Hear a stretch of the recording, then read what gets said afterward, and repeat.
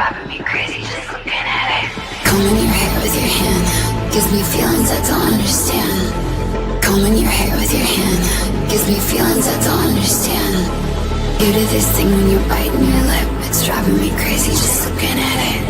You know me better than I know myself, I don't wanna live in a world without you.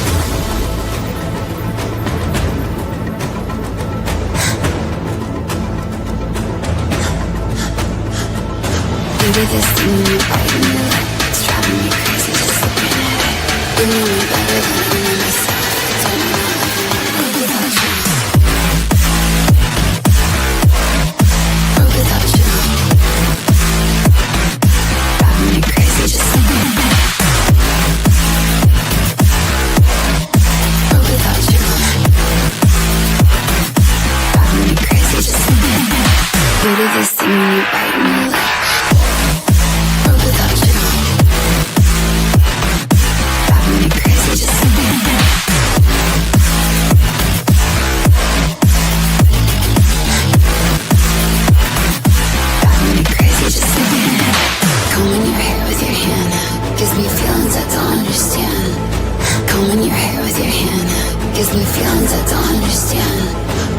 This thing when you're biting your lip, it's driving me crazy just looking at it. You know me better than I know myself, I don't wanna live in a world without you. You do this thing when I'm talking to you, like everything freezes and it's just you. You do this thing when I'm talking to you, like everything freezes and it's just you. You do this thing when you're biting your lip, it's driving me crazy just looking at it. You know me better than I know myself, I don't wanna live in a world without you. Give it to me like without you. Driving me crazy just looking at it. Without you. Driving me crazy just looking at it. You do this thing when you're biting your lip. Without you. Driving me crazy just looking at it.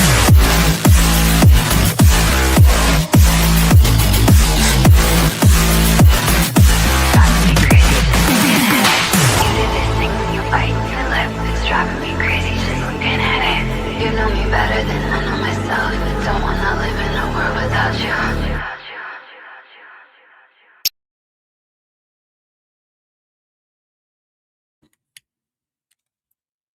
You all right, people? How we doing? Happy Boxing Day. Hope everybody had a good Christmas. Hope people got some good presents, and I hope everyone isn't now already in severe debt because of Christmas. One of the most enjoyable things about it. All fun and games, have a lovely dinner and that, buy the people the presents, and next thing you know, you look at your credit card and you're completely up shit street. I suppose that's just one of the funs of Christmas. But now that is finally out of the way on the Boxing Day. Looking forward to a decent dinner tonight. And I will wait till then. But again, I hope everyone had a good Christmas. I know some people like it more than others. And do you know what? Yesterday, as well, do you know what? We just vegged out yesterday. Couldn't be bothered to go here, there, everywhere, making dinners, this and that. And we just ended up being very, very, very lazy and just vegging out for the night. And just took it from there. Watched a couple of films and just basic, bland. One of the most bland Christmases I ever had. But do you know what? It was nice. I've still got money left in my back pocket. So I hope everyone else had a nice one. So now it's back to the point of here we are again talking about Spurs. Probably not the happiest thing to talk about in the meantime. I think we're all just trying to wait to see what goes on now. I mean, we're now on the 26th, so that's what, 5 days? 26, 28, 29, 31. Yeah, about 5 days until that transfer window starts. Where are we going to go from there? That's all I keep seeing in a lot of places. When I look on my Facebook, when I look on X, watch some of the stuff on here or whatever, there's still the debates about whether do we keep Frank, do we get rid of Frank, do we hang on to Frank, who do we get rid of, who do we keep, who do we... There is just... there's a lot of things to be spoken about. And then the other thing comes up of this 150 million war chest. Well, I believe that when I see it. I've heard things before. but it would definitely be useful. So where is this going to go? What do we do with our man? So I'll say hello to a couple of people and then just get on with the show. You know what? Since it's Boxing Day, in the coffee my wife made me, I might as well just have a little drink. There's nothing wrong with that. Believe it or not, I'm not a heavy drinker. It's just certain times I like a nice little drink. When it's Boxing Day, I haven't got nothing else to do today. Was meant to be going to in-laws and things like that, but I wanted a relaxing day, so I decided to talk about Spurs. Sort of contradicts the situation, but there we go. So let's start from the top here. And Tari, hi Dan, you all right, mate? Hope you're doing well. Tony, always good to see you, mate. Big up Dan and the guests in the chat. And John Stokes, afternoon, Dan. Big question: do we go for Glasner? He said he's not signing new contract at Palace in the summer. Yes, he has said that from what I've seen. But then that's where we go to our Spursy problem, isn't it? That word that I know a lot of people don't like, but it is very true. This is where we go to the thing that I've debated with a few people. I mean, for me, what me and Ben spoke about and a few others, the problem isn't just the manager. It's not. I see a lot of people debate on there, and I must admit, listening to basically a lot of people talk about it, it's made me step back a bit and just actually look at the bigger picture as such. And when it comes to the bigger picture of it, it's a lot of things to me in life are black and white. Simple as that. It's blunt and blatant one way or the other.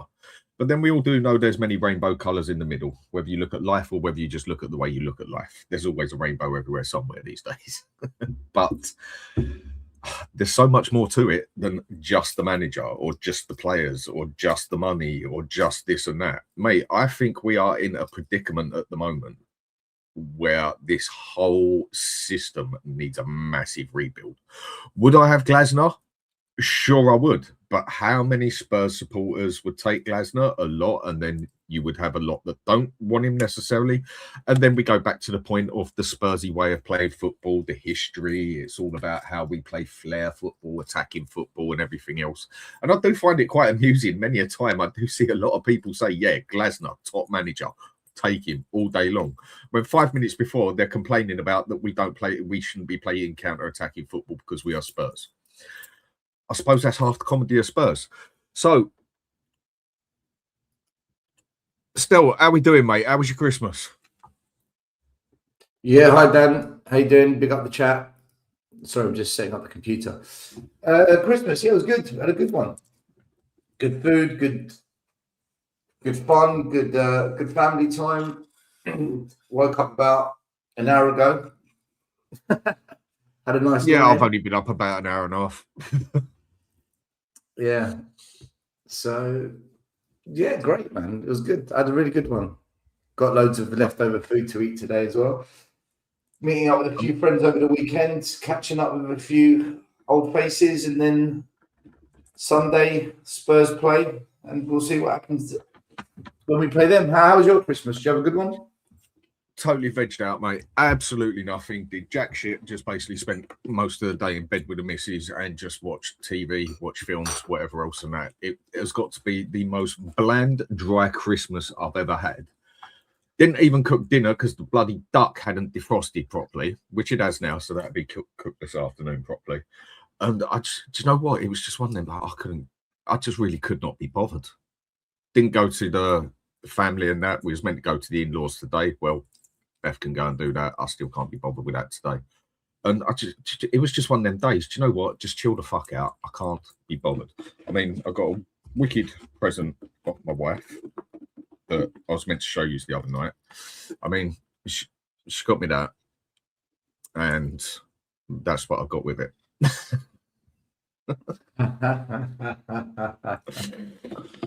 That's pretty cool. So I must admit, I did like that.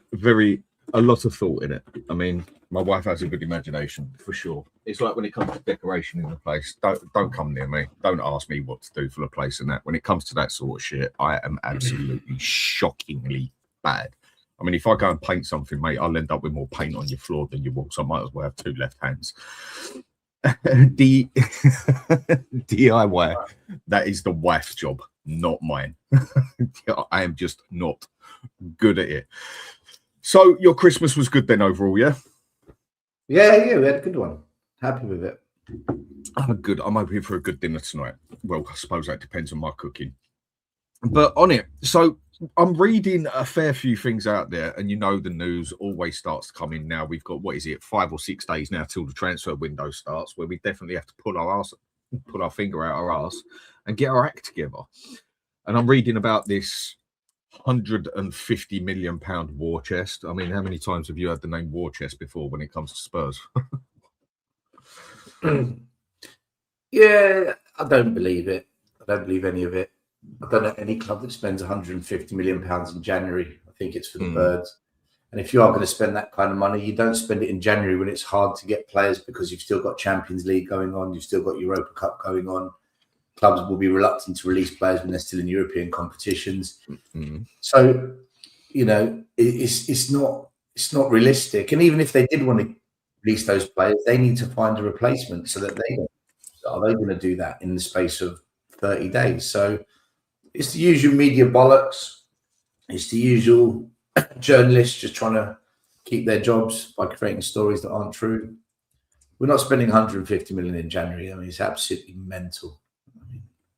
I don't see that happening either. I mean, I'm not saying it's impossible because I mean, there's players out there you can get, but you are going to have to pay that extra money because there's leagues out there that are desperate for money one way or another. And even if they don't want to sell, they're at a point where they do have to sell. And this is where we're in a point of, I'm one of the first ones to say, still, that we are not a big club. Sorry, I'll change it. We are not an elite club. Business-wise, yes, but we have got the capability to go, I think, money-wise, and bully clubs in other leagues like we had done to us many years ago, many a time when Man U used to just come in and say, thank you, we'll have him and him and him. I think we are at that point where Europe is so held back in money in a lot of ways, bar obviously the odd club in the league, that we should literally just be able to go into a lot of places in Europe and just take our pick out of a lot of ones, unless obviously a significant bigger club from our side comes in. And I still think out in Italy, there is definitely some players we can go out there with if we've got that 150 million and get some significantly better players than what we've got, who we would be able to get in January. It's just a question is, will we do it? I mean, the question I'll ask you with this quickly, yeah? I mean, I've obviously seen the debates I've had with people, the chats you've had with people, Sava, Sean, Johnny, Lubo, other channels and that. Deji, I can talk about seeing his ones as well. Everyone's got their opinion on what the problem is at Spurs. I think I've taken a bit of a step out of it. I don't think the problem is just the manager. I don't think the problem is just the players. I don't think the problem is even just the owners. I do think the problem is the club as a whole. I think the whole club from top to bottom is rotting from the middle, basically. Or am I going over the top there? Yeah, we've got the wrong manager. We've got the wrong set of players. We've got the wrong recruitment team, and we've got the wrong board of directors. The trouble you're seeing at the moment is a lot of what fans said the last 6 months, they're just ignoring and just changing their complete narrative. And it's fraudulent, if I'm honest with you. 1 minute, get Ange out. We need a proper coach. Get a coach. We need a coach. We get a coach. And then everyone was saying, oh, look how much more solid we look. Frank's made us better already. Look at the players. They look more better in an organised system. We're more resilient. We're harder to beat.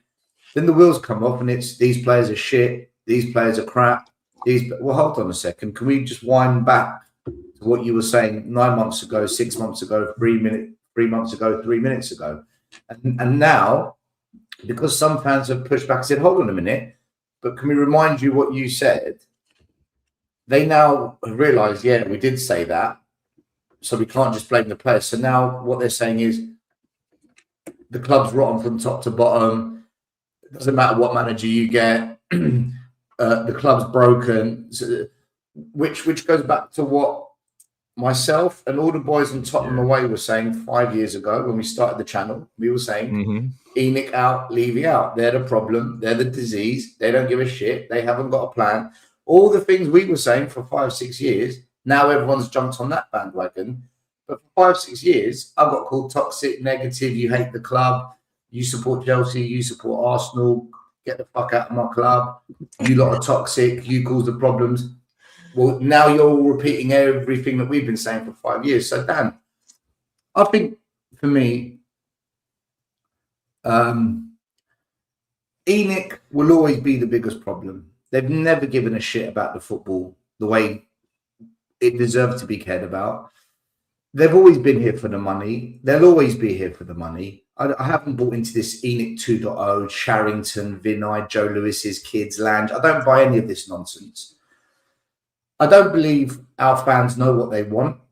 They don't. Some want the Spurs way, some want any way, some want attractive football, some want trophies, some want a day out, some want it all. Our fans don't know what they want. And literally, fans make it up as they go along with what narrative, agenda, rant or preaching to the choir they're going to sing. The whole thing is a mess from ENIC and everything ENIC does below. The only thing that is good at this club and the only thing that has been good at this club for the last 30 years is the finances are in a stable place where we're not at risk of bankruptcy or breaking any rules. That's the only thing that's good, Dan. Everything else, which is very important, though. And we are one of the very few clubs out there that can sustain ourselves without having to sell, win things, or even finish in the top 10 in the league. We are actually one of the very few who can actually pull that off. But that's not going to get you very far on the football side, is it? Well, not if you don't spend that money wisely, and if the restrictions on how that money is spent are lifted, so that the recruitment team and the managers can spend that money in a way that they seem best. Because the pattern is, whatever we spend, we've always got to sign 5, 6, 7, 8, 9 players. Look at this summer just gone. We signed sell about 5 as well. Look, we got Mwani, Paulinho, Kudus, Xavi Simons, gave Ben Davies a new contract, and then we confirmed Mateus Tell. So that's 6 players that were signed, like confirmed. 6 players. Why can't we just sign 3 top level players? 3 game changers for the entire budget. We never do that, and that's the problem at Spurs. It's always quantity. Sorry, it's always quality, beg your pardon, over quantity. And Frank doesn't get a free pass. Frank's doing a poor job. He's doing a poor job. But I knew this was going to happen because we needed a manager with European experience. He's got none. We needed a manager that's a winner. We've just won a trophy. If we're going to build on it, like the board said, then bring in a winner. We didn't do that. And we brought in a manager who, his style of play and the way his teams go about their football, it's going to piss off half the fan base that want the Tottenham way. It's going to. That is a big problem. That is a big problem we've got. Yeah, it's part of the problem. So if Frank had anything about him, he'd have us between 8th and 9th right now, not 14th. Not 14th. For any fan that defends Frank being 14th, he's being disingenuous because they've got an agenda and they've got to double down on the agenda because they refuse to acknowledge that managers actually have an impact at clubs. And the proof is, Dan, we smashed Everton 3-0 when they were below us. We beat Leeds 2-1 when they were below us. Leeds have closed the gap on Tottenham significantly, and Everton have gone above us. How have they improved as the season's gone on and we've got worse? But after we beat both those teams who were below us, it's because their managers are getting some momentum. So I don't think Frank's rubbish. I don't think, Frank, you're crap, get out of my club. I'm not saying that. I'm just saying, Frank, you're doing an average job. You're doing a very average job at the moment, you know? No, I could go with what you're saying. I mean, it is amusing. And Merry Christmas, by the way. And Sean, the boss Spurs, thanks for the super sticker, mate. Much appreciated. Thank you very much. It is... I mean, the thing that it just does seem to me where I'm just as guilty as anybody and I'll put my hands up to it. But then sometimes you do just look back at it, and this whole thing at the moment, I do see a bit of a point scoring system in it. And of course, we all want to be right. Everyone wants to be right. Sometimes in life, I suppose you do just have to put your hands up and just think, yeah, maybe I got this one wrong. I mean, Frank was my third choice. Personally, I wanted Glasner, and Inzaghi was my second choice. And I was happy with Frank because so-called from what I'd seen of him, he can adapt, play with the cards he's got and everything else. I mean, I don't even think he knows what way he wants to play with this team yet. And I do get the point that other people make, like there's 6 of that team that maybe you pick straight away and the rest of them that don't know. I mean, and a player that we're interested in, I'll go to him in a second, but this is one point I agree with you on totally when you mentioned it. And this was a good few months back. Thought about it and I thought, you know what? He's actually made quite a solid point now. And that is the aspect of, yes, on that left, we have got total minimal choice, basically. We have not got good players there. So why not just go and stick Odegaard there and play him for 7 or 8 games, 9 games straight and see what we can get out of him, or Tell or whatever? Why do we have to keep like chopping and changing Bergvall there and whoever else there? Bergvall don't even play on the fucking left. And with that one, I must admit, I agree with you.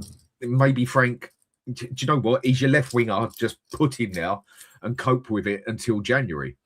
And left winger is definitely a position we need. I mean, I went through it the other day with a couple of people. The 3 that are on the list that I keep seeing is that Marmouche, Savinho, and also Lookman.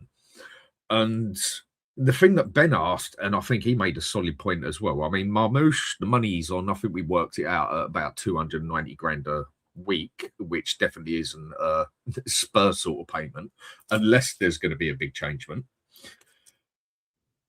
Is Savinho sort of actually the player that we actually need right here and now? Now, I'm not saying I'll say no to him. Any player we put there is better than what we got, so I'll be happy with whoever we got. But is Savinho, his tactics, the way he plays, is he actually that sort of man we need on the left? Do you know what, Dan? I don't want him. In the summer, I really wanted him. I really, really wanted Savinho. I thought, player. He was brilliant at Girona. Beat a man, beat 2 man, beat 3 man, scored, created assists. I thought, wow, what a football player. So good. So good. At Man City, Pep demands a lot from his players. Okay. Yes. So if you perform under Pep, you are a top baller because he demands the most out of most managers. He's very, very demanding. He hasn't been able to deliver in a demanding environment. Is that the quality we want from a player? And I think what really has put me off of Savinho is I don't think he's a rubbish footballer. I think he's a good football player. I think big up, man. Nice jumper. What the fuck is that? It's my Christmas jumper. I was about to say, did the wife buy it? Yeah. Dan, this is the first Christmas jumper I've ever had, right? I've only ever had like another one. I don't like Christmas jumpers that I actually wore. And I thought, yeah, this is actually quite nice. I can wear this. It keeps me warm. Mate, you got to let Maz be a dad, right? That's a dad Christmas jumper. Let Maz be a dad, right? He's a dad. That's what they do. Listen, Savinho. Hang on a second. Still, wait. It's definitely a wife's jumper. You can see it a mile off. It's a wife's jumper. It's the sort of thing a wife buys the other half. Without a doubt. I mean, I'm lucky. My daughter's. Well, actually, I'll tell you a story. So last year, she bought the kids like matching, like clothes and jumpers and everything. She never got me anything because I don't like that sort of stuff. Right? And all of the pictures was just of them 3, and I was like excluded from all of the pictures, like I didn't exist. so I said to her, well, at least act like I'm part of the family, at least pretend. So she got me a jumper this year. It's like, I mean, I'm lucky. My daughter's birthday is tomorrow. Yeah, I mean, I call that bloody lucky. Yeah, but she's 20 tomorrow, so I don't have to worry about all that sort of stuff anymore. And like I told her, she ain't going to get the biggest of presents because she's only 20. I mean, it's 21. That's the next one that matters, isn't it? So in that aspect, yeah. But you can always spot a wife's dad's jumper a mile off. It stands out a mile. I'm not saying it's bad, not my sort of thing, but looks good for the Christmas day, 100%. Especially when you got a family with younger kids around you, whatever else. Oh my fucking god! I feel out of place now. So go on, still carry on with what you were saying, mate. Sorry to interrupt you. Go on. Can we just do a quick vote? Story. Can we do a quick vote in the poll? My jumper or Maz's jumper? Okay, I'll set that up now. Go on, still with what you were saying, mate.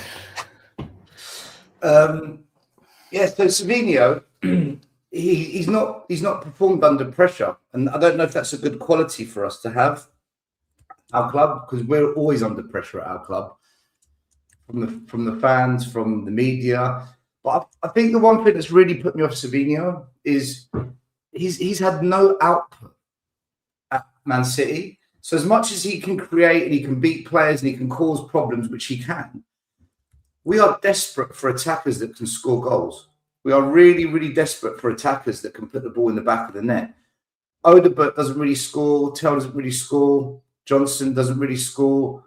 Kudus doesn't really score. Xavi Simons doesn't really score. Some of those players haven't been given enough game time, though. So that might be part of the problem. But the only one who has been consistent this season is Richarlison. He's the only one, and he's rubbish. So I don't want us just to sign attackers. Oh, he can create. He's got a good cross. He can beat a player. We need all of that. But we desperately need attackers that can put the ball in the back of the net. We need goals.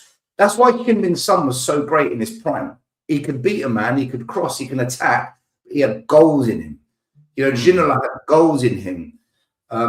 Dele Alli had goals in him. These attackers scored goals. Dan, Savinho doesn't score goals. Yeah. No, that's what Benj was saying. At Girona, he scored a lot of goals. But since he's been in the Premier League, I don't know, it's a risk. I think it's a risk bringing him to Spurs because we need goal scorers.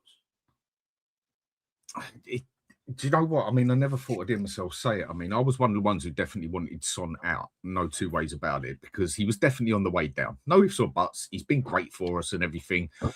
He was but he was on the way down. I now look at it and think, well, we didn't bloody replace him. We might as well have fucking kept him because he's better than what we bloody got. I didn't think I'd go back on myself with that one, but there's been times that you look at that and you just wish, like, even though he's a bit down to what he was, like, we could have dealt with Son there. We need someone there who's going to score goals, because we haven't really got someone in the middle who scores goals consistently. Even though Richarlison has scored a few, he's not someone you're going to put on there as you're going to rely on him sort of thing to score the goals, is it? So if we've got someone who can set up goals on the left, set up goals on the right, but no one who can bang him in consistently in the middle, it sort of makes it irrelevant to an extent, doesn't it? I mean, Dan, how you doing, mate? Yeah, I'm all right, mate. How are you guys doing? How was your Christmas? It was good, mate. It was nice. It was just family. My brother-in-law's family came around.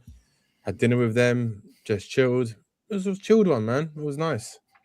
Had a few drinks. That was about it. Yeah. What about you? What about yourself, guys? Do you have good Christmases with your families and stuff? Yeah, all good, mate. Thank you very much. No shit. Oh, I thought so. Still. Let me guess. Were you crying in the corner because of Thomas Frank? Good Christmas. Spurs didn't play, so Frank could have ruined it for me. It was good. Yeah. I had the most bland Christmas ever. Just basically spent the day in bed with the missus watching TV, and didn't even make a bloody dinner because the bloody duck hadn't defrosted properly yet. So we just had a proper bland day, basically. But apart from that, it was fine. Scaring cats instead. That was quite funny. Oh, don't. Do you know what?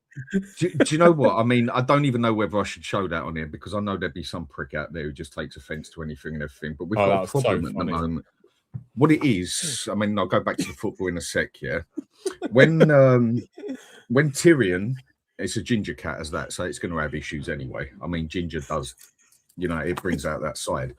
And what Joffrey, his father, used to do to him was always try and, how shall I put it, mount him as such. Now that Tyrion has got bigger than Joffrey, the dad, Tyrion always tries and does the same to him now. they're quite messed up. So I had to scare him off of him the other day because laying there last night, quite chilled out. Cat laid on my lap, like, okay, you want to lay there. Next thing I know, the sun comes crawling across as he does slowly but surely, trying to mount his father. And you're like, for fuck's sake, mate, when does the summer come when I can just kick him out the back again? Cats are weird. And that is all there is to it in that aspect. I mean, with this, I mean, what I was saying to these, Savinho, do you think he's the type of player that we need there? I mean, I'm not complaining if we get him, Dan, but do you think he's actually the one we actually need? I mean, if we get him, I'm going to be more than happy no matter what. But do you think he's actually the one we need? I think he's definitely what we need. I think we need better quality. So, like, I think when you actually look at, for example, Savio in when he played for Girona, I think he got like 19 GA in one season. He got like 10 assists and 9 goals, but he played predominantly on the left as an actual left winger, right? Which is his strongest position. Now, when he came to Man City, he played predominantly on the right, right? He's still effective last season. You could see that he can play on both wings, which is a really good thing to have, right? And what I like about him, he's a direct winger. He likes to, and he's good at crossing the ball on his left foot, right? He's got a good cross. Decent. He's got a very good cross, but he's also pretty decent on his right foot when it comes to crossing. Now, I don't know what his finishing's like. I haven't actually seen all of his finishing on his right foot, but from a left position on the left midfield, I think he'd be a very good player for us, like miles and miles better than what we've got right now. And why I have a bit more confidence in him, because we want him to play as a left winger, which is where his favoured position is, right? With Man City, he's been kind of predominantly on the right, but he's also played a little bit on the left. But his main position for Man City has always been on the right. Even in the game the other day, he started on the left, then he moved to the right. So he scored. I think he scored his goal on the left, which was a deflected goal, but he still scored a goal. And then when he moved to the right, he was still effective, but he wasn't as effective as a goal threat. So for me, I think he is miles and miles and miles better than what we've got. And if Tottenham want to be a club where we want to be up there with those type of teams, you have to start by getting players of that level, right? You can't just go from Odegaard and Tell to like Semenyo. It just doesn't work because we're not at that level where we can attract that type of player. But if we can get someone like Savio, what you're doing is and get rid of the players. Like, say if Tell goes out on loan and you bring in Savio, that's a brilliant bit of business because you're bringing in a player who's a lot more has a lot more quality, and you've loaned out a player who's surplus to requirements at this club. So for me, it's a win-win. That's how I see it. And then if you on top of that, if you go and get an Savinho and Lookman as well, for example, just hypothetical, right? Then you're increasing the squad again, the strength of the quality of the players that we have. That's what we need to be doing. Like, it's the only way we're gonna start seeing improvements, regardless of who the manager is. Like, I couldn't care less who the manager is, but we need quality regardless. That's definitely true, and he is better than what we've got. But we need someone there who can bang in some goals. We need goals, man. We need goals. Yeah, but who out there right now is a goal scorer? Yeah, but Savio isn't. That's the point. Okay, but who is? Yeah, Danny, but the question is, we're talking about Savio, right? You're asking a different question. But I remember when Mawani came to Spurs and everyone said, oh, he's bagged in this many goals, he's bagged in this, he's done that. And I said, guys, can we just see how it goes at Spurs first? And then he came on, he took this touch, he brought it down, he laid it off against a weak Copenhagen team, and everyone lost their mind. Oh, Mawani. And I said, guys, watch him in front of goal. He's shit. In front of goal, he's not what you're telling me. And then I got rinsed every single week on the Spurs 5 because I said that. And they tried to make it a big deal. And it's all banter. Now, no one wants to talk about Mawani on that show. And my concern is Savinho, just like Mawani, was really, really good at another club outside of the Premier League. He was brilliant at Girona. He was fantastic. A bit like Anthony. Anthony was phenomenal at Ajax. If people go and watch Anthony at Ajax, he was unplayable. He comes to the Premier League, he went to shit. My worry is Yeah, but he shouldn't have Savio. come to the Premier League that season. Well, yeah, you're probably right. But I look at Savio, very, very young, has come to the Premier League, hasn't quite landed. And I'm thinking, are we now going to pick up a player that can't find his feet in the Premier League? Danny, you know what? In the summer, I was up for it. Now, I think it's way too risky because we need someone that's got goals in them. Lookman, for example, I think is better because I know he's got goals in him. Whereas Savio,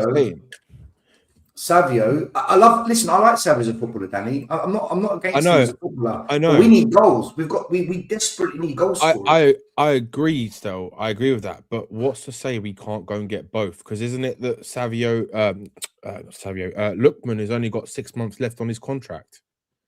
Because Spurs aren't going to get both. I know that you're right, but I'm just saying. So look, if it was a choice of between, Savio and Lookman right now, I'd probably take Lookman because he is more proven to score consistently over a period of years in Italy, right? And in the Champions League, he does it as well. And also, did you see the goal he scored the other day for Nigeria? No. See, and that's another thing. Watch that goal. We're in the Champions League. We need some Champions League pedigree. Yeah, see, I know. That's a good point. That he's played Champions League football, hasn't. But also, still, like if you look at Savio's stats last season, right? He had 3 goals, right, which is not a lot, right?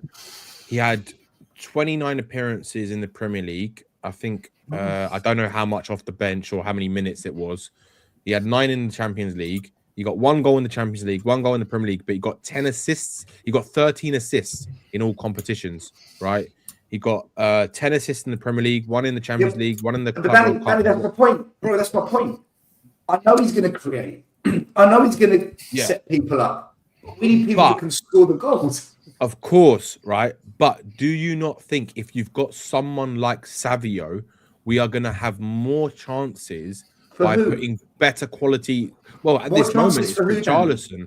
At the moment, it's Richarlison. So Richarlison scores like 1 in every 5 chances, right? I know. So we need someone that. I agree with everything you've said, but I think you're confirming what I'm trying to say, which is I know he can beat players. I know he can create. I know he's got it in him to be exciting. But we need someone that's going to put the ball in the back of the net. I know. We don't have attackers that can put the ball in the back of the net. This is the issue. This is where we are now. Right? Danny, if you said to me, buy Savio, because he's part of a 5-year rebuild, I'd say, just do it. But that's what I think. That's what I January window. Yeah, but okay. So, do you think? Here's a good question. Danny, here's a good question. Here's a good question for all of you. Here's a good question for all of you. Do you think this January is more about a long-term rebuild or bringing in players that help what we need now, so we don't go into a relegation battle? I think it's a bit of both. Yeah. What's the priority right now for Tottenham? Right now, I think Ruben Neves is a priority. Someone like No, as in buy players to give us what we need right now so we can go further. I think you have to do. Or bring players in right now because Frank's going to be here for the next 4 years.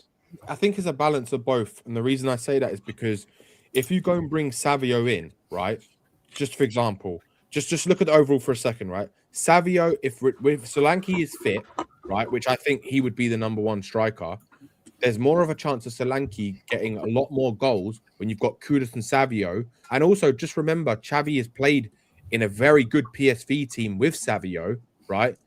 Their link-up play will be already a lot better. So when you've got 3 attacking players like Savio, Kudus, and Xavi, and then you've got a Solanke up front, there's way more of a chance of us scoring more goals because you've got someone who's probably a better finisher in Solanke. I'm not saying he is, but just say, according to the stats, he is, right? Than Richarlison, because like you said, Richarlison misses 1 in 5, yet Solanke might miss 1 in 3. It's like do you know what I mean? So like I think Solanke would convert more goals than Richarlison would. But Solanke's out till whenever. I know. Why is he even out? Is he even actually injured, or is he just got caught doing a bit of gear? Why is he even out? The question really is still, right, is why can't Spurs go and get players like Savio and Lookman in one window and a Neves? Why can't we? That is one thing I would definitely agree Because with. if you sign Savio and Lookman, what you're basically saying is, guys, you're both not going to start every week. Yeah, but So you then, sell, in their head, Brennan why am I Johnson. coming to you then? I'm already on the bench at City. I'm going to be on the bench half But the what time if- at Spurs because you signed Lookman. So Savio wants to get into the World Cup squad. He needs game time. Yes. Yeah. So if you sign both, right? This is what I'm saying. Danny, see, this is what I'm trying to say. I don't think you guys are quite getting it. No, I do. What we need now, and what the players that come to us might need now, is different to a long-term rebuild. I believe, and I could be wrong, guys. I think now it's about just get players through the door that fixed us short-term now because we are fucked. And in the summer, think about your rebuild and if it's with Frank or not. Right now, we are free falling towards that relegation zone. Yeah, until whatever happens on the weekend. Because if we go and beat Palace, then people are going to start saying, "Oh, it was a good game. The players are playing up for it again," and all this kind of stuff. No, they're going to call it a Frank masterclass. Yeah, don't. It won't be a Frank masterclass. Well, with that if we question, win. then, yeah. But What just to add on, go on. On the relegation side, now, do you know what? Finish what you're going to say, mate, and I'll go over to the next bit. Go on, finish what you're going to say, fella. I was going to say, like, I hear what Stell's saying, but I think you've got to have some kind of plan going forward in terms of how we want to play football, right? You can't just say we need something right now just to patch it up, because then we're going to be in the same situation in the summer, right? So you need to focus. You need to bring in players who can improve the squad, because the fans keep talking about we need this rebuild. How do you rebuild if you patch it up? You've got to start planning it right now. You've got to be working to fix the squad, Stell, for the long haul, but also for now. And what Savio does for me, he improves the squad instantly. He improves that squad, right? The board aren't thinking of a rebuild. No, but we don't know that, man. Danny, I don't think we can. We don't know what they're thinking. I don't think we can think of a rebuild when we are tumbling towards a relegation. I'll tell you. Well, let me lay out why I don't think they're thinking. Just that. one more point, Maz. Just one more point. If Spurs were planning to bring Lookman, right? Maybe they do a loan deal with an obligation to buy because he's got a short contract left, right? So we might get a lot cheaper fee. And you go and bring in a Savio, and he's the big signing, right? The big money spending signing. You've gone and got two players who instantly make our front line better. You play Lookman up front because I think he'll do a lot better job than Richarlison up front, right? He's played equal amounts of games in the centre forward position as a left wing, as an attacking right, and a centre attacking mid. So he can play in those positions, right? So for me, like, this is what I would do if I was Spurs. You go and make the most of Adeloma Lookman, the contract situation. Go and get a quality player in. You go and bring in a Savio because clearly Man City want Semenyo, and they need to get rid of players if they want to bring him in, because they can't bring in Semenyo if he's still there. So it's like the stars are lining up for it. That's how I feel, and I feel that I'm all for it if we get Savio. I can't be turning down players of Savio's level, but we need goals. We need something now. But you say that now. You say that now. But the problem is, if we then lose the next 3 games and we go 16th, 17th, everyone's going to be crying out for shit. What have we done? We didn't address the goal scoring situation. We're in big trouble. I hear you, Stel, but that's them. That they can have their opinions, whatever. That's fine. For me, but personally, I'm saying. I know, but for my opinion is, I think we have to start building this team up from the ground up. And the only way to do that is Wani and Paulinho are loan deals, so we're not building nothing. Yes. According to Maz, Maz said the other week that they're still signings, regardless if it's a loan or not. Yeah, let Maz give you a side now, because I see defence coming up now. Go on, Maz, defend yourself. You can't. They're not long-term signings, no. But they're signings for the season, and they're signings that the manager wanted to bring in. So my argument on the specific point you raised was that you can't just dismiss them as non-players because they're starting players that he's brought into the team for this season. Yeah, I get that. Yeah. Right. So that was my point. I don't think that the board are looking to rebuild, because knowing how ENIC are / Daniel Levy, although Levy's left, is they'll look at what they've spent over the last 3-4 years, they'll see that they've spent hundreds of millions of pounds. Let's say it's third or fourth most amount in the Premier League, and they'll be like, "Hold on a minute, these investments that we've made," because that's what they look at players like commodities, right? These investments that we made, why aren't we getting our return of investment on these people, on these players? They can't be as bad as what they're showing, which is why I think they're going to look at Frank and say, "Hold on, Frank, we brought you in to get this team playing." And I think, and you know my side of the argument, I think that's a legitimate argument. I'm with you that the players, just in general, last season I said this is one of the worst Tottenham teams squads that I've ever seen at Spurs, and I still stand by that, right? Especially when you compare it to previous, the previous decade we came from. I'm a little bit different to what Stell is saying. I think that we need to bring players. Stell used to always say this. I'm nicking what you said, Stell. Is when you have players like Son and Kane, they are good players. They can play in any system because they are good players. So they're the sort of players we need to bring in. But what I don't want is that, and this is where I differ from you, is I don't want more versatile players, because that's what we buy, players that can play everywhere. Right, and what you end up being is, a jack of all trades and the master of none, and that's what Tottenham is. We're not like, you can't single us out as one discipline and say we're really... You just contradicted yourself. What doesn't make sense? What? Tell me what I've contradicted. I might have not realised. You want good players that can play in any system, but you don't want players that can play in any position. But a system isn't necessarily position on the pitch, right? If you're a left winger, right, and he's asking you to play centre forward, I don't think that's the type of versatility you need. But if you're a left winger and you're in a 5, let's say you're in a 5-3-2 or a 3-5-2 or a 4-4-2, that's the type of play you can play on that left side, but in different systems. That's what I mean. Does that make sense? Unless I'm wrong, I'm happy to. I don't mind. I'm not going to die on that point. Still, if I'm wrong in that respect, then I don't mind. Whatever. I'll say one thing after Stel. Go on, Stel. Does that make sense? What I've said? I get what Maz is saying. I understand what he's saying. Yeah, I get where you're coming from. For me, Maz, is I get what you're saying as well. But what I mean when I say I'm not saying I want the players to be versatile. I want the players to be bought for the positions they should be playing in, right? But it's an addition if they can play in another. Of course, right? That I agree with you on that. For example, I'm not against versatile players. All I'm saying is, like Tell as an example, right? Frank is saying, "Oh, he can play all along the front thing." Well, he can't. He can't, right? So I just don't want those types of players that supposedly can play all these positions, but in reality they can't. No, for me, Savinho is a left winger. That is his position. Because when I saw some of his stuff, not watching full matches, but I've seen highlights and stuff and clips of his stuff when he was at Girona, and I looked at the stats, and where his best football comes from is when he plays as a left winger or a left midfielder.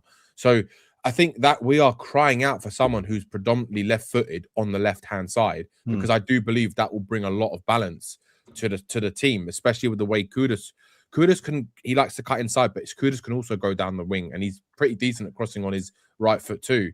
I think there's too much emphasis on giving the ball to Kudus right now, and we need to have that balance on the wings. And if you have someone who like Savinho can beat a man, right, it takes a lot more pressure off giving the ball to him every time. And the only other thing I'd say on Savinho is that when I saw the PSV team, when I was watching them, him and the link-up play between Xavi and him is really good, and I think that could help Xavi as well. So this is where I do agree with Stel a lot, and this is consistent. We've been saying this for years. Is we need to bring players with a mental toughness that we've lacked for a long time. Like I agree with that. Like Robbie Keane is mentally tough player. You had Scott Parker, mentally tough players. We've had them throughout the years. Even in poor teams, we've still had mentally tough players in our teams, and that is something we lack. Romero, for me, is not a mentally tough player. He's physically tough. He can dominate when the mood strikes him, but he's not consistently mentally tough. he's He'll not lose his consistent. head, or he'll be petulant, or he'll think. I think I almost see shades of that a little bit with Van der Ven, although I think Van der Ven's just a lot more consistent, higher level player than Romero. Even at he's more level-headed. He's more level-headed than Romero, isn't he? It's like Romero's the one who he's mentally tough in the aspect of he won't take no shit, this and that. He'd slap you in the face, whatever else and that. But that also brings out a mentally weak side that he can't control that side. Precisely, Dan. Yeah, exactly. And I see like Porro for me, he's like up there, down there, up there, down there. He's like I was going to say something really sexist then, but it's all right, mate. On here you can say what you want, mate. Porro's a prime example of a really, really good football player who's got to play a specific way. Yes. Which is the opposite of Kane and Son. Yeah. See, Porro is listen, people can say what they want. Spence, Udogie, and Porro I think they're good players. I think they're all very good players. Yeah. If Pochettino was the manager with them, they'll be cooking. You'd see a different level of wing back. But unfortunately, Ange inverted them all, which was stupid. Ruined them. Yeah. And then you've got Frank, who doesn't know what he's doing with them. So if Poch or Pep was the manager of Spurs, you'd see some dynamic wide play from the fullbacks. And Spence, Udogie, and Porro are capable. They are. I've seen enough. Udogie is when he's fit. I mean, he was brilliant. He's got to be fit, of course. Yeah. But there's another thing. This is what will tell me if because I've been listening to Dan's shows over the last couple of days. Good shows, Dan. This is where I think ENIC are really at a crossroads now as to where they're going to take the club and what they're going to do, because we are in crisis mode at the moment. They got rid of Levy, which I think was the right thing to do, but they also haven't brought stability to the club yet. Not yet. Yeah. Now we have to be fair. That stability, when you've had a leader in an organisation for 25 years and you suddenly rip them out all of a sudden, or if they're planning to do that over the course of a year, then it's going to be a bit of a shit show. Granted, so we can't expect everything to be rosy, but what they haven't done is brought in that air of stability and leadership that we want to see at Spurs to steady the ship. You know, and again, I'm going to parrot what Stell's been saying because he's been on quite a few shows over the last couple of days. They brought in Vinay, the Gooner, to steady the ship at Tottenham. How can you have an ex-Arsenal CEO be a Tottenham CEO? It's ridiculous. No. Just that. Let me say my point, and you can disagree, right? I don't think you can. Yeah, right. I don't think you can. I'm still tribal in that sense. I think that we build our own heroes. We don't need their shit to come over to our side, right? Okay. That's my opinion. But what has he done so far to steady the ship? Well, he's gone with the 2-in-a-box model with Paratici and Lange, which we all think is the biggest load of nonsense ever. When you got Flange, who's the worst director of football, bring back Hitchin, type thing. He's crap, right? He's failed us over the last 2.5 years. And Paratici equally, whilst I think he's more of a football man and he's got contacts in Europe, etc. I specifically remember 2-3 years ago when we had a list of what good players Paratici brought in and what crap players he's brought in. And when you look at it now, you think actually all of these good players he brought in, actually which ones are left that are really good? I get where you're coming from the whole thing, yeah. When it comes to what's his face that we got for name's gone off my bloody head now, the Arsenal fella we got, to take control of things. Now I totally get the tribalism of football. I mean, it's not just about football. I mean, there's still tribalism in life, no matter where you go. Yeah. But just because he played at Arsenal or just because he worked at Arsenal, I'm not going to go to the tribal state of like, right, how shall I put it? I'm going to go to the boot of my car to get me a spear and do you sort of thing, yeah? I'm not going to go that tribal on it, yeah? as long as he comes here and does the fucking job. But we have to judge him like Ange, though, don't we? Like you know how harsh we were on Ange when he came in, right? And we were all, we were all hopeful for Ange when he first came in, and he was saying all the right things, and we're thinking, bloody hell, he's managing the media really well. The first like month or two of his reign, we were all so positive about him, but things changed, and we judged him, right? And we were on the right side of history on that front. We judged him as we saw him, right, in the first season. We're doing the same thing with Frank. I'm not going to back Frank until he proves to me that he can do it. I'm also not going to call for his head unless we have a suitable remediation plan. Let's put it that way, right? If we know what we're going to do, or if we know how we're going to survive this season before we make the change, then fine. But what has Vinay done? I haven't seen anything that he's done that's made me think, yeah, Vinay, bloody good job, mate. Like, yeah, you're doing so much better than what Daniel Levy's done. I haven't seen it yet.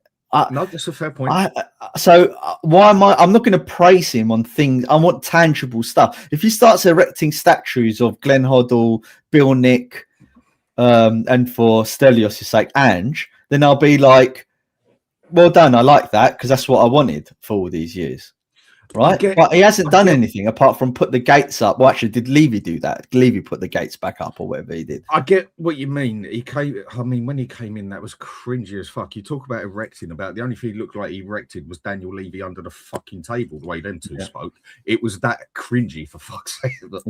Like you turn that off in 5 minutes. And I do see where you're coming from, but on the aspect of that he was at Arsenal, I couldn't give a monkeys about that one. That's if nor but. But everything you've said to counter that, I can't argue it. It's true. We haven't seen nothing apart from a few words here and there. So the question I'll ask with that then, we seem to be putting in a new person for every little bit, basically. Do you think you can have too many in the business as such? Shouldn't it just be kept to a smaller amount as such that can all do their job and everything? And shoot it. Sorry, it's the missus. Cats have got hold of the bloody food again. So when it comes to that one, do you reckon we're bringing in too many people for this? Now, I know it's good to have someone who's good at each specific job they do, but do you reckon you can have too many?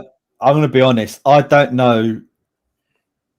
I'm not that interested in it, but I can imagine that an organisation, a professional sporting organisation, any in the Premier League, can be quite complex things, and you can have lots of different departments and heads of and stuff like that. And I'm just likening it to my corporate experience. Yes, you're right though. Too many chefs do spoil the broth in any organisation, no matter what job. Because it's going to clash, isn't it? One way or another, there is going to be more clash. One thing I always hated was when Paratici first came into the club and he brought Nuno in and we saw Paratici in the dressing room. And I'm like, no, well, hold on a minute. Why are you in the fucking dressing room, mate? Shouldn't be in the dressing room. That's the manager's domain. That's his place to be. Yes, right? I agree with that. So it's like, and then remember when Hitching and him were on the touchline and they were shouting and pretending that they're almost part of the coaching squad and everything. I didn't like that either. Although I know what they were trying to do. They were trying to show the fans, oh, look, we really care. We're really like into our football. We really want to fight. But that doesn't look good when you start doing bad. And that's what ultimately started happening when Nuno started failing, right? It just all looked like an absolute shit show.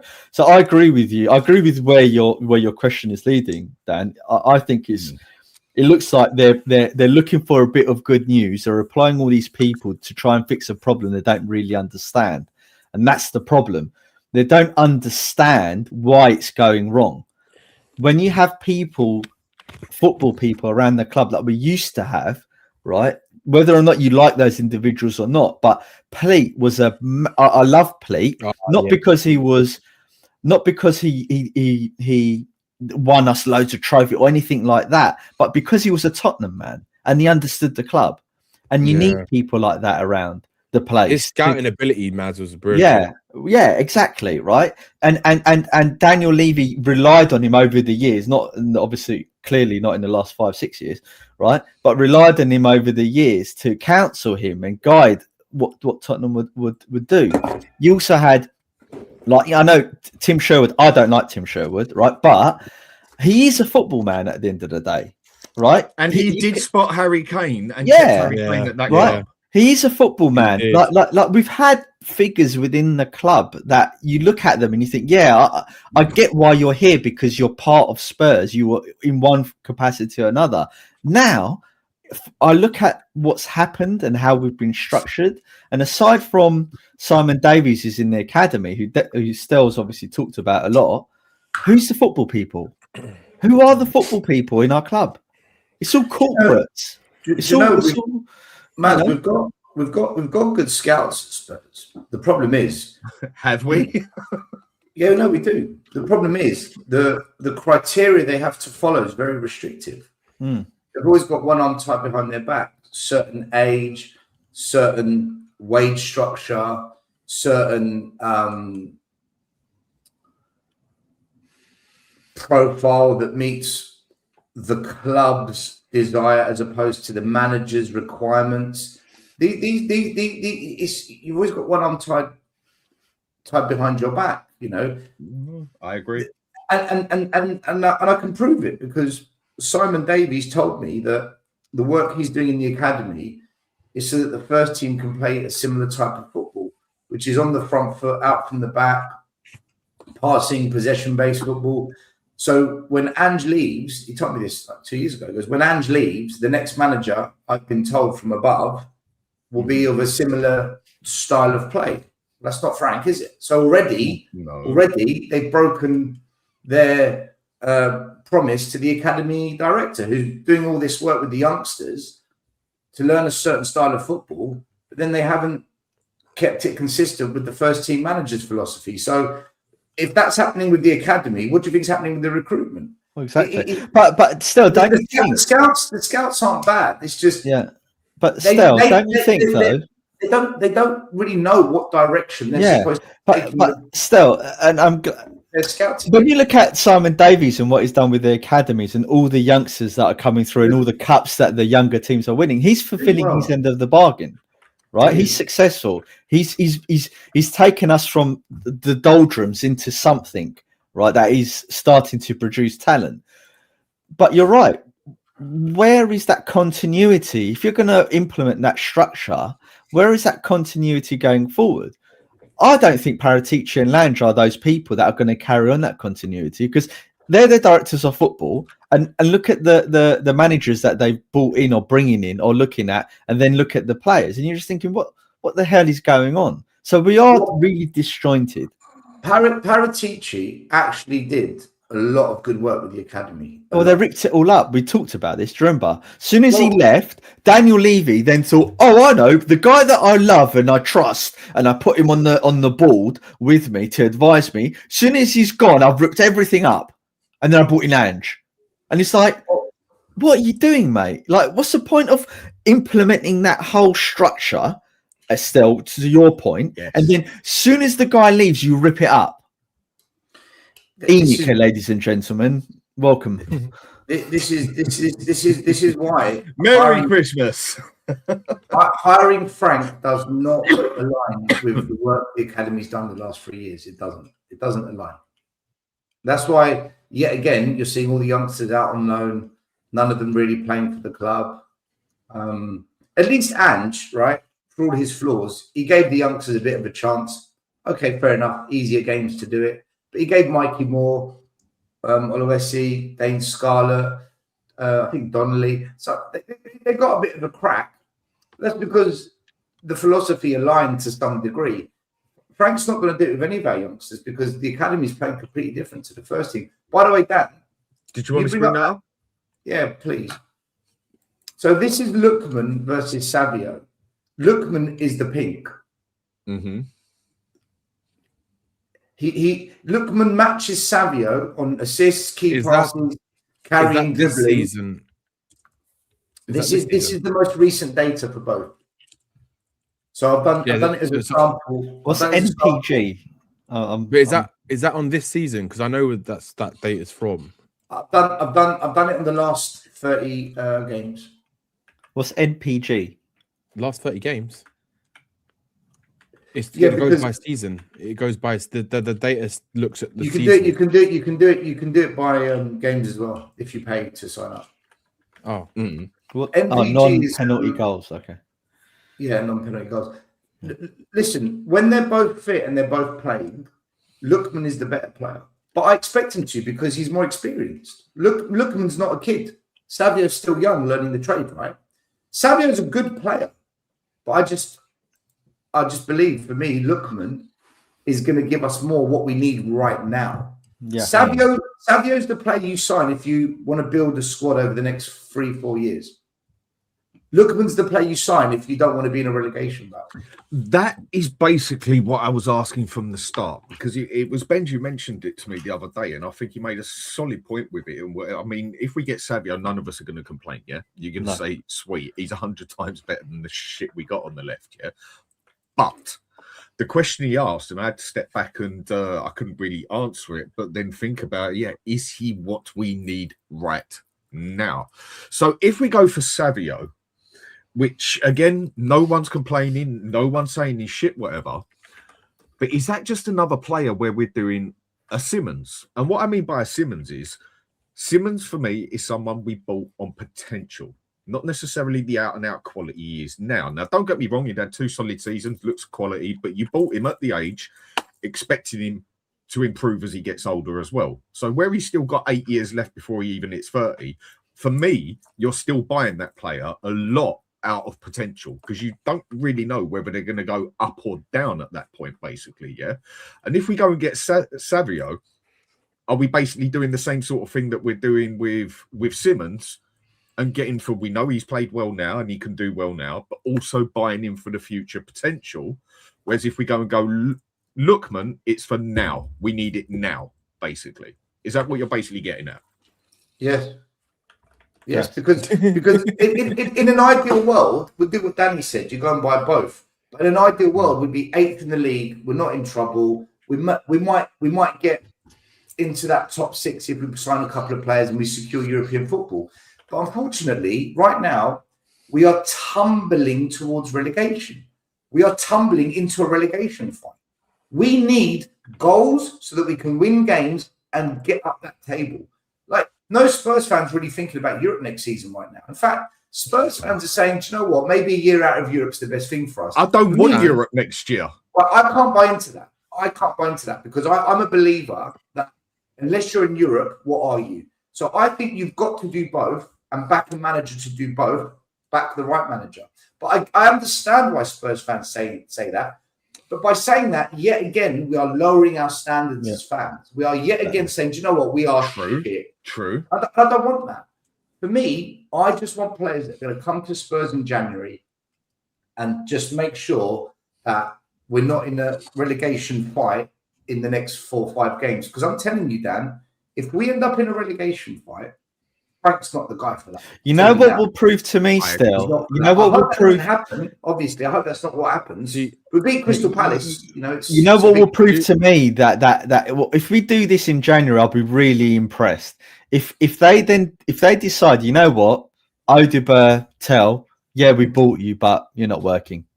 Off you go, and they get rid of them, and then they bring in a Lookman. Let's say, I'll be like, okay, I am. That to me signals good intent from the club, from Frank, from the directors of football. That means that they've seen the problem. They've obviously had to wait because of the January window, right? They've made a mistake. They're getting rid of them. They're rectifying the mistake quickly, because that's what the Cities, the Chelseas, the Liverpools do. They don't hang around and procrastinate over these players. However, if they then just bring in more bodies and then they keep relying on the Odegaards and Tells, right, and whoever else they want to rely on, I'm just going to be like this. Nothing's changed. Nothing's changed at Spurs. It'd just be more that you got to chuck on the bonfire at the end of the. Well, because what happens is they all sit there and rot, and then no one wants them. Yep, Basically. exactly. That's what I'm Yeah. saying. It's just going to be more to chuck on the fucking bonfire. More Ben at the end of it, Davies. innit? You know? It's the next match of Ben Davies. Yeah. With the Europe thing, obviously, I want us to be able to get into Europe and everything else. And it's right what people have said on the side here and everything. To get the bigger players, better players, you need to be in Europe. Sadly, to even get the better players, it's not even about winning an FA Cup. Well, an FA Cup gets you into Europe. Fine, I'll take that one back. But finishing top 4 on a consistent basis will get you much further than winning a bloody FA Cup every other season and finishing 8th. Like it or lump it. It's how it is. And It is if we're not in Europe, Van der Ven is off. Oh, whether we're in Europe or not, I think he's gone anyway.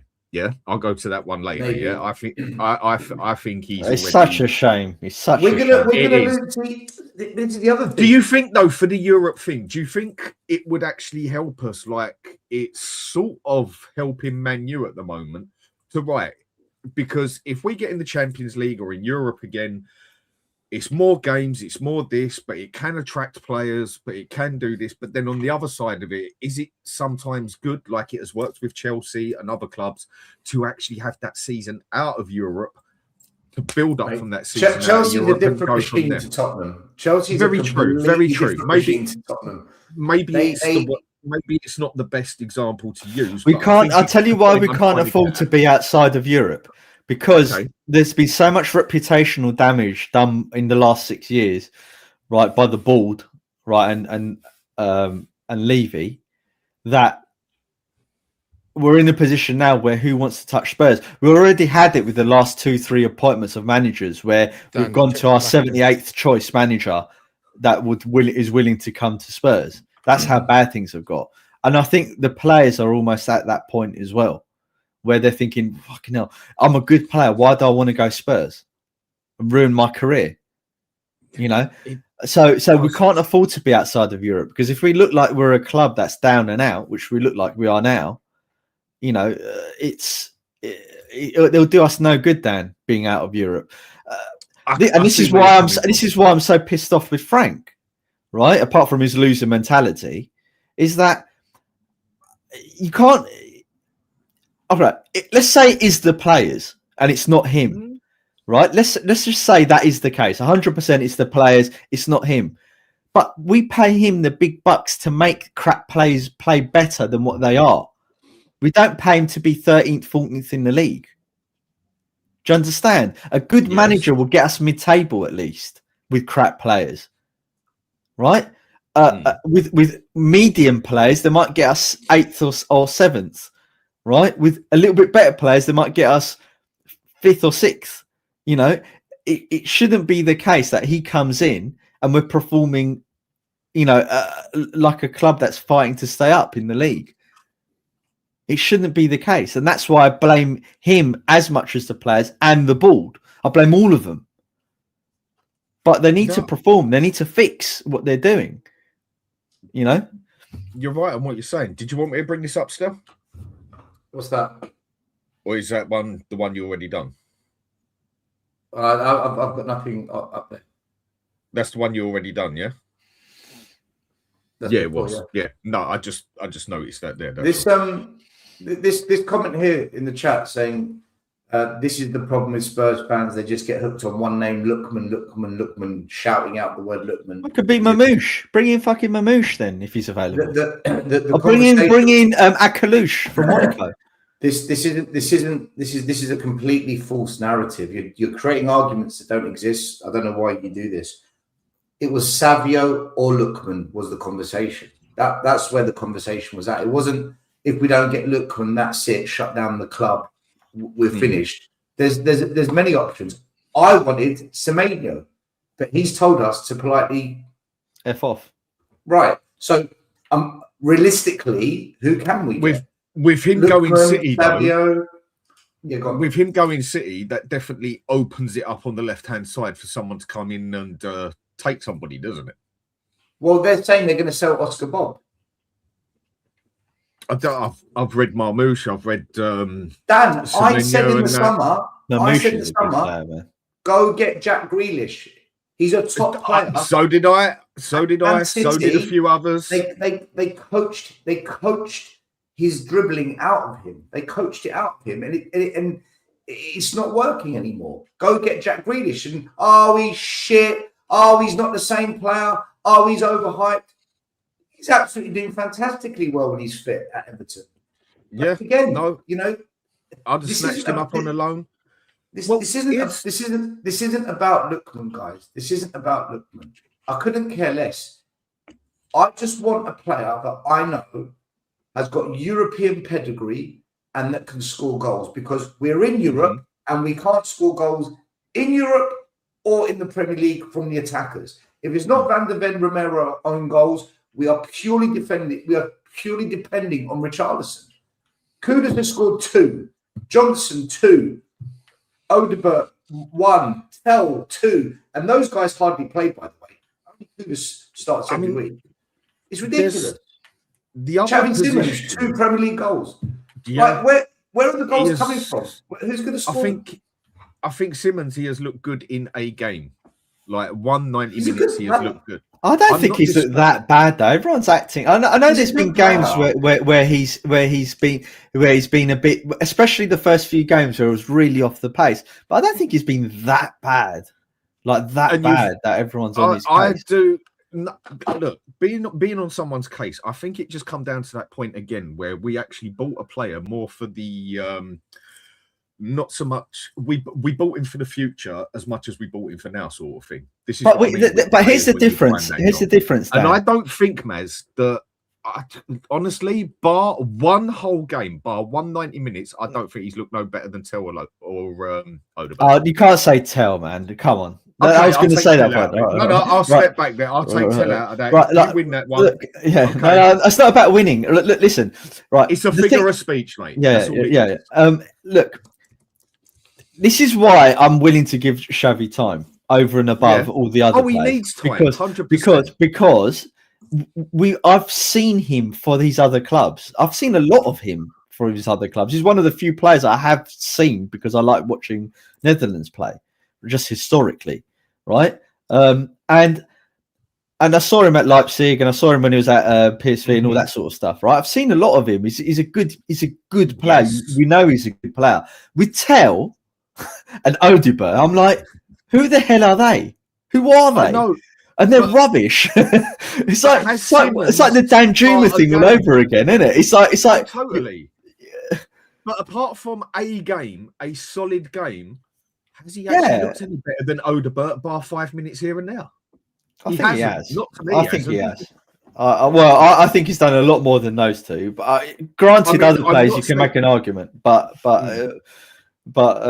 I think Odegaard, Tell.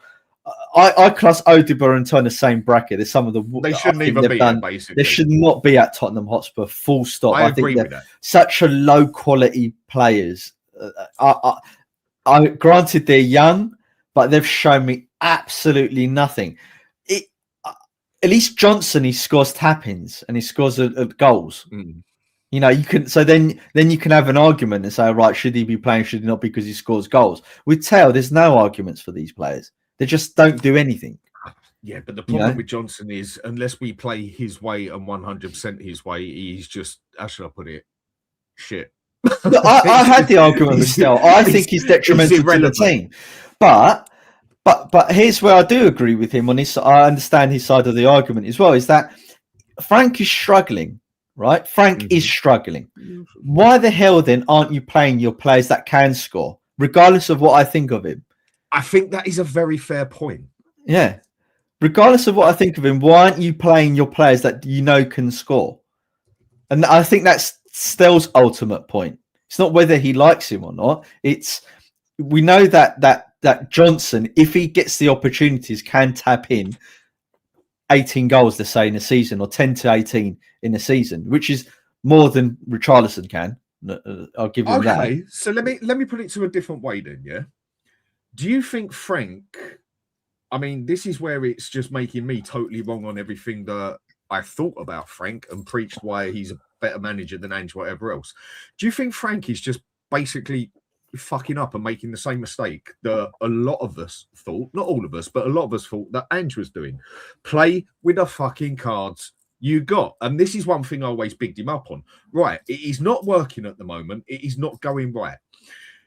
if this is his certain way of playing and set way of playing, then I've got issues, but I don't think it is. But he hasn't got the players to play the way he really wants to play, just like Ange. So adapt to the cards you've got, play with what you've got until you can get the crap out and get the new in. And whether we actually like it or not, no matter how much of I think he's a fucking awful player, bar his goal that he does get, do you think that maybe he has to adapt it a certain way to just one way or another, even if it's not the best players? I don't think he's that. See, look, I never wanted. Do you see Frank, what? Do you see what I'm trying? I know exactly what you're saying. I never wanted Frank, but that doesn't mean that I didn't think he was a better manager than Ange. I did think he was a better manager than Ange, but so far he's proving not to be. But for me, it's a conundrum because he's not. For me, he's not doing the things he was doing at Brentford. From what I've seen of Brentford, for one, and he's not playing to our strengths at all. He's just not playing to our strengths. Conte had a poor defense and midfield, but he had Son and Kane, and he played to the team's strengths, right? Yes, and he got results regardless of how bad we were.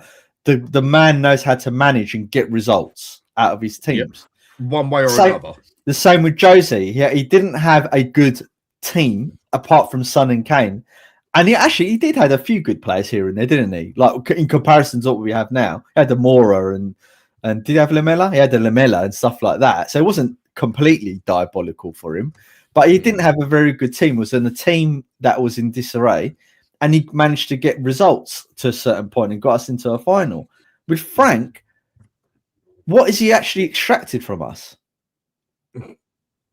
Like, he initially came in, we looked more organised, we looked more solid. We thought we were doing really well stable at the back, didn't we? Right, and I thought, okay, and everyone was saying he's got to fix the back four or the back five, fix that first, and everything builds from there. Well, he hasn't fixed it because we're still shipping in shitload. We're shipping in more goals than what bloody Ange let in, right? I mean, and then it's like. Then one of my complaints was, why do we play this horseshoe Ange tactic, right? You know, the donut formation where everyone knocks it around in the horseshoe and smashes it into people's knees for tap-ins. That's so boring. It's unbelievable. So I thought Frank would come in and give them new ideas, new ways of playing. You start seeing better triangles and overlapping runs and all that sort of stuff. And you might see a glimpse every now and again of something, but that's not even happened. So to wrap up, because I've been rambling now for quite a bit. That's fine. I find him one of the most confusing managers I've seen at Spurs.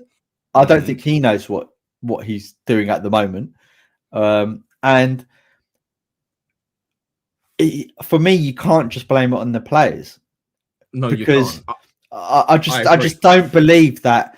I just don't believe that Xavi, Kudus, Muani, Bentancur, Paulinho are that bad of a group of players that they're going to be fighting relegation or fighting in that lower half. Look, let's be absolutely truthful. Bentancur and Paulinho aren't that bad, right? They'll get into a mid-table team, easily. Those players will get into mid-table teams, right? Kudus will get into a mid-table team. Muani will get into mid-table teams, but we're not mid-table. We're fucking further down from mid-table, and that's my point. So these players, Van der Ven would get into a mid-table team. Romero would get into mid-table. Porro would get into a mid-table team. So is our first 11 that bad, as bad as what they're showing? Now the argument is that okay, they finished 17th, but I think that was, again, I strongly believe that was because of Ange. It wasn't because of the players that they were 17th, because his tactics were so bad. So, with that one, I think it's one where you look at it a bit, and maybe a few of us need to cut that little bit of slack off Ange and realise that maybe it wasn't 1,000,000% down to Ange. Still majority. I mean, the way he played was just absolutely, it just ain't going to work in a big league. Even if you got the best defence ever, you're still going to concede 40, 50 goals a season. You say that, but he got us fifth, Dan. He got us fifth. I know that. I'm not disputing that. I'm actually half sticking up for him here. Yeah. Was it not majority still his fault? Majority, yeah, majority. Whereas It's not before, if he got us fifth. whereas I said before, I said it was all his fault. Yeah, so majority, I'm cutting down the slack. Yeah, maybe Oh, we blamed Dan. We blamed everyone, mate. You blamed everyone. We all blamed everyone. It wasn't just Ange. We blamed everyone last season. We blamed the players. We blamed Ange. We blamed fucking the board. We blamed. This is why I'm sticking to what we said. It's everyone's fucking fault. But I keep mentioning this. Look, I'm not trying to dig out Sava every time, right? But I watch a lot of Sava because he's on during the day and I listen to him and I like Sava, right? He was saying, you can't tell me that you look at Birmingham's squad or whatever fucking team was in the Premier League last season, right? Wolves squad, and the players are worse than that. And he went systematically every week. He was arguing with all of the panel and all of the people in his chat, right? Which sides above us have got better squads than us? And we were all saying, he was saying as well, we had better squad than those teams and we shouldn't be where we are because of Ange. Mm-hmm. So why change now? Why is it now that all the players are bad? It can't. It doesn't happen. And especially since they won the bloody Europa and now they're bad. So we won the Europa with Ange, with the players, and now they're all shit. Literally over summer. They're all just, that's it. I know you know this. I'm just ranting about it again. I do agree with what I've seen off a lot of it. Basically, off of last season, it was more to the extreme that it was Ange through and through. Yeah, with a majority of people, I would say. Obviously, not everybody, but a majority. Then all of a sudden, it slips over to the next manager, which I think a fair few of us wanted in, a fair few didn't, and others didn't. I think it was very split on the lines anyway. I mean, it's like the saying I use on it, the Spurs community, one way or another, it's always more cut up into more eighths than a fucking ounce. And in that aspect, he had it on his case from day. But all of a sudden, it's nothing I see from a lot of people. It's nothing to do with Frank. It's just down to our team is that shit. It's just seemed to swung from one way to the other. So this is why I say maybe I'm cutting Ange a bit more slack. Maybe the team weren't as good as I thought, even though I think a majority was his fault. But now I'm looking at it on this side as well. Well, I'm sorry, Frank has got to take some of the shit for this as well. It's not all one thing. I mean, I think the whole club is fucked, basically, from top to bottom. Let's have it right. When Ange was sacked and Frank was appointed, what YouTuber said, do you know what? I think we're going to finish in the bottom half of the table now. Who came out and said that? Nobody. I said we'll finish 8th or 9th. That's what I said. Right, but no one said we'll finish. Right, I said bottom half of the table. Okay, so right, no one said we're going to finish in the bottom half of the table. No one said, oh, on Christmas Day we'll be 14th and a couple of losses away from a relegation fight. Nobody said that. Not a single fan came out and said that. But yet now it's happened. Right, must be the players, must be this, must be that. For me, and I don't know why fans are so scared to admit it, this is not what anyone thought would be happening. No one thought this is how it would go. Nobody. You're right. Why? You knew who the owners were. You knew who the squad was. You knew who the manager was going to be. So why didn't you see it? Did you? What? You all thought Enoch and Levy? Yeah. It was going to change. What, you thought the players this year were different to the ones last year? Yeah, what was it? It's because they overhyped Frank. Frank got hyped. I can't just forget the way he was hyped up. I remember saying, I'm guilty of it, and I put my hands up to it. I think I might have fucked up. I can't judge it properly until the end of the season, but I fucked up. You're allowed to be hopeful. I was hopeful as well. Even though I'm not a biggest fan, I was still hopeful that Frank would come in and prove everyone wrong. But Maz, fans are allowed to think one thing and then see something different, right? I said for a year, get Ange out. If he wins the Europa, though, give him a crack. I moved position because I saw something that made me say, you know what? Now I've seen that, I'm going to change my view. But what's happening now is fans can see what's happening with Frank and they're still doubling down on it. I'm thinking, why don't you have the ability to move based on new facts? And I said it when he signed. What has he done to be granted the role of Tottenham Hotspur manager. What has he won? Nothing. How long has he been a manager? 14 years. What's his European experience? None.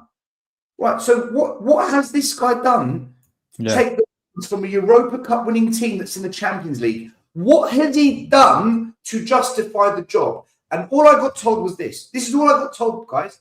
I'm just repeating what was said to me. Look what he's done at Brentford, making the mid-table. He developed Damsgaard and Tony and Buemo and Wissa. And he developed all these players when they were nobodies. Now, he doesn't need to develop anyone at Tottenham. He's got to sign the best talent out there. Well, hold on a minute. The thing you told me he's good at, which justifies why he's the manager, that's irrelevant now. Yeah. And here's the thing. Still, here's the thing. We're going to be shit under Frank. No, but here's the thing. Unless he signs Savinho, Semenyo, Morgan Gibbs White. Still. That's not what here's the thing. Oh, like, we all said we need a coach that can actually coach these players because we felt Ange was and that was why I looked at Frank. Yeah, that was what I rated Frank for. No one said, but we're bringing in a coach, but it's going to take him a year or two to coach these players. So expect the season to be shit. And this is the problem, and this is where I'm backing you up. Still, is that conveniently now? Oh, you can't. Coaching doesn't take 4 or 5 months. I thought coaching starts from day one, mate. Like, even at my crap level that I played sports in, whether it was basketball or football or rugby, I was a lot better at rugby than I was at football, right? You know, a good coach makes you better almost, I would say almost from the get-go. You just incrementally start improving straight away. Some players do get worse and then they get better. I accept all of that stuff. You know, no one's the same as individuals. But 4 months is a bloody long time. He's had the whole summer, right? And we're into the season, 4 or 5 months. I should be seeing an improvement from players, and I'm not. We're getting worse. And you know what kills me now? What kills me now? Now, what I'm being told is, oh, but when we said we need a better coach, it was on the basis that he was going to be backed. Hold on a second. Ange, back Conte, back Mourinho, back Poch, back Nuno, they're going to do better. They're all going to do better if they've got better players because they've got better players. So if now it's we only needed a coach because we thought the coach was going to get lots of top players, but it's not a coach you need. You need an elite manager if you're going to do that. If you're going to give a manager quality players, guys, then please bring in a quality manager that's proven. Because you know what? Ole Gunnar Solskjaer, he got Man United second place in the league. Is Ole Gunnar Solskjaer a good manager? Is he a top manager? No, he's not. No. What he is someone that they threw £400 million at. Any manager, if you throw mega money at, will do better than what they're doing now. Any manager, because they've got better players. That's not the solution, though. The solution is, throw money at it on good players, have a top manager at the wheel at the same time. Otherwise, do you know what's going to happen with Frank? And I'm telling you, this is exactly how it's going to play out. You can throw £500 million at Frank over the next 2 years. He'll get us into the top 4, some decent cup runs. That's it. It'll be Harry Redknapp and no more. To go that next level that we want as fans, Frank's not that guy. Okay, what's he done to prove it, guys?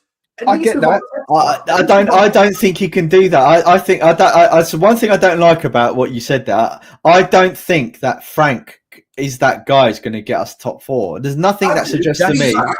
If he's backed, Maz, I think any manager at Spurs, if they're backed, will get top 4. So is that what we need to do? Ange was 1 game away from top 4. Ange was 1 game away from top 4. So with the fucked up state we are in at the moment, do we then need to stick by Frank and give him 400 million to get us to a possibly, I'm going to say, a top 5 club? You can only stick with him if the form improves time. Obviously, but I think a majority of the time, a top 5 these days will get you in the Champions League. Maybe the odd season or two it won't, So it's a bit of a top 5 thing now. Obviously, you want top 4. But so if we stick with him for 2-3 years and he manages to get us there, isn't that then when we say, yeah, thanks a lot, mate, but baked potato, see you later, and we now go for the elite manager and the better players? And just want to say massive thanks to Stano8142 for the super chat, mate. Really appreciated. Funny how some fans hounded Conte out. Yes, it was because of his pragmatic style. Yet the same fans back Frank with the worst football I've seen in years. I agree. Wicked. I don't know if you want to reply to it, mate, but all I can say is you're right. No, It's right. We've been saying this full stop. It's not just a statement, that's a fact as far as I'm concerned. And that is when it comes to and again, thanks a lot, mate, it's appreciated.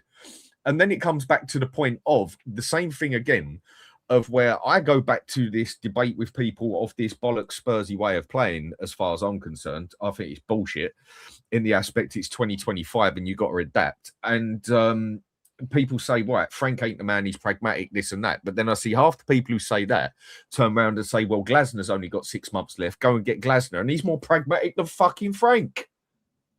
This is but he plays, but here's the difference. This is the difference. I think Glasner is a top manager, right? So do I. A top manager. And I hate the way all of a sudden YouTubers, right, are saying, oh, but Glasner plays worse football. Like they're trying to degrade him down. He's bloody won a cup with Crystal Palace, for fuck's sake. They've sold all his best players and he's still doing well, right? And here's the thing. He's got pedigree. He's a winning manager. He's got pedigree, right? He play regardless of his style, right? He plays to win. Is Frank playing to win at the moment? He's playing not to lose. Not to lose. Yeah, right. And that's the difference, right? So I would rather Glasner came in because he can turn around and say, yeah, I've won the Europa and I've won the FA Cup in the thing and I've done well with Palace. Back me. And I'll be like, yeah, fair play, mate. Facts, right? Where still is right is what has Frank achieved, and I agree with that. Don't get me wrong; he's done well to get into the Premier League, get Brentford up, get him a reliable Premier League club. Yeah, that is an achievement. Absolutely, that's an achievement. Well done. But that's not good enough for Tottenham Hotspur. But isn't that like then going and buying Simmons or Savinho, who's looked very good at what he's doing at the level? Maybe not probably the best two players to pick there, but looking at a player who's like, yes, he's looking like he's got potential, he's done all right and he can do better. Let's see if we can bring him up to the next level. Isn't it exactly the same thing as that, basically? Because you cannot deny that Thomas Frank done a very respectable job. But they're coming from top clubs. I said it might be the wrong. I said it might be the wrong two to pick. No, Dan, the example I'm making. Dan, he hasn't done this top job at Brentford. I think he's done a good job at Brentford. I'm not saying he's done spectacular. You can argue that. When Brentford win games, oh, look at Frank. Oh, look at Mbuemo. Oh, look at Damsgaard. When Brentford lose 3 in a row, you don't hear a word. You don't hear nothing. When Tottenham lose 3 in a row, we're on every YouTube channel. There's a difference. At big clubs, there's eyeballs on you. At Brentford, no one's looking. They pick the good news. They don't talk about the shit that goes down at those clubs. And Eddie Howe was at a smaller club, Bournemouth. They've got a smaller stadium than Brentford. Eddie Howe won the championship. He brought Bournemouth up as a winner. So when Newcastle hired Eddie Howe, they didn't just hire someone that got Bournemouth promoted. He won the championship. He took Bournemouth from Division 4, the old system, all the way up to the Premier League. So, of course, at Newcastle, eventually he won a trophy because he'd won a trophy before. Now, can you bring up this comment here? Because I need to address this from Ryan Tristane, 3:22 p.m. Because this is the nonsense that I have to listen to. Yeah, right. Right. Stel, you've got to give Frank time. But what makes me laugh, and this is the bit that makes me laugh, you're a flip-flop on Ange, just my opinion. This is what Ryan does, and I see him on other shows. He'll say things like this. He's allowed his opinion, by the way. Merry Christmas, Ryan. But here's the reality, Ryan. Here's the reality, and I hope this sinks in. You want to give Frank time because this squad is shit in your eyes. And you say you're the fan that goes in the comments saying, "Oh, but Frank had Mbuemo and Tony and Damsgaard and Wissa. What do you expect him to do at Tottenham when he's got our shit?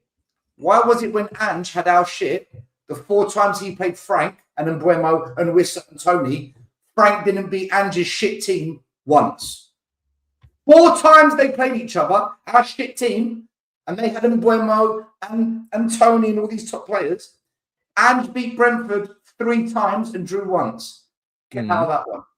Get out of that one. And when you're ready, come on the show and I want to hear it. But this is what happens, Dan. Ange's shit team beat Frank 3 times. Now Frank's got Ange's shit team. What do you expect Frank to do? Frank couldn't do it against us when he had better players. But I do get the point that others make. Facts. He had Mbuemo, he had Wissa, he had Tony, he had Damsgaard, and he couldn't beat us. He couldn't beat us. So are we that shit? Are we really that shit? Or maybe Ange isn't horrendous and Frank isn't God. How's about Ange maybe level it up a bit, basically, is what you're saying. Massively. That's what I was trying to say earlier, or maybe it weren't just Ange was that bad and the players weren't as good as we thought. And this season, maybe it ain't, the players ain't as bad as we think, but Frank ain't as good as a few of us thought. That's what I was basically trying to say. 100%. Listen, Ange Postecoglou isn't the worst manager on earth that our fans want him to sound like. And Frank isn't the second. I don't know. I thought he was fucking poor. Dan, you can say that. Winning is winning. Frank, what did he win at Bromby? What did he win at Bromby? Nothing. What did he win at Brentford? Nothing. Oh, but it's Bromby. Oh, it's Brentford. Bromby have won 3 trophies in the last 20 years. Why didn't Frank win one when he was there? Why couldn't Frank win the championship? But these things aren't allowed to be had as a discussion. Yet Glasner comes to Crystal Palace, loses his 2 best players, wins an FA Cup, and he's still got Crystal Palace above Tottenham. How is Glasner doing it at Crystal Palace? How, guys? Crystal Palace are in Europe this year. They're playing European football. The reality is this, man. Frank is an average manager. If you give him lots of good players like Man United gave Ole Gunnar Solskjaer, he will get us higher up the table. There's no doubt. But is he going to get it over the line? Is he going to win us trophies? Is he going to be what we want? Dan, no, he's not. He's not. What he's about not this comment, though? What about this comment, though? I don't think Frank's shit, by the way, but he's not what we think he is, or some of you fans out there. He's not. You think he is a mid-table manager, basically? I think he's a mid-table manager like Ole Gunnar Solskjaer. That if you chuck hundreds of millions at, he'll get us into the top 4 because you've given him better players, not because he's a better manager. Ole Gunnar Solskjaer finished 2nd. Are we now going to say he's elite? He's a really good manager? No, he's not. I think that's a fair point. I mean, but then look at the question. Look at the statement here. By 7, I back Frank. Look how long it took Arteta. Right, with that one, hang on. Arteta won an FA Cup in 6 months. Right, and it wasn't exactly a great team he had either. The only thing I can look on Arteta with that one, yeah, is one thing you can say with Arteta. No matter how much of how do I say it on the night? No matter how much of a cunt the fella is, because I really do think he is a top see you next Tuesday, top up prick sort of fella. You'd slap him right in the face in the pub. Don't mix your words, mate. What's the point? Just say it how you see it. That's the point of this channel. He did get taught by one of the best. That is one thing you can. But this is Dan. I've got to go. I've got to come in. Sorry, mate. Right. I hate this. This has got to be for me one of the stupidest examples that people give. Right. Look at what Arteta did. Look how they backed him. All right. Why didn't you say the same thing for Jose and Conte and Nuno then? Why is it now that you're saying it? Because Arteta in his first 2-3 years was shit, basically. Yes. Right, and he should have been sacked. But somehow, for whatever circumstance, COVID, and all that, he saved his ass. Right, and the fact that he won him that FA Cup, which, let's be honest, it was the Emery's team that won him that FA Cup, right? Majority of it, but and we know that Emery's with it. Yeah, still had to cross that line. He's still done it, yeah, fair enough, right? But we know that Emery is a good manager. He's proven it. He's won cups. He's done well with Aston Villa. He's proven it. So to always quote Arteta as the example as to why you should give a manager time, it's nonsense. Because the managers that get given time generally are the managers that deserve it, right?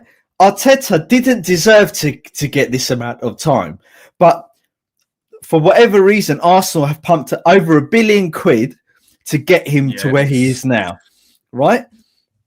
So that's why he's still there, because they've invested £1 billion into that team, right? To try and get everything over the line.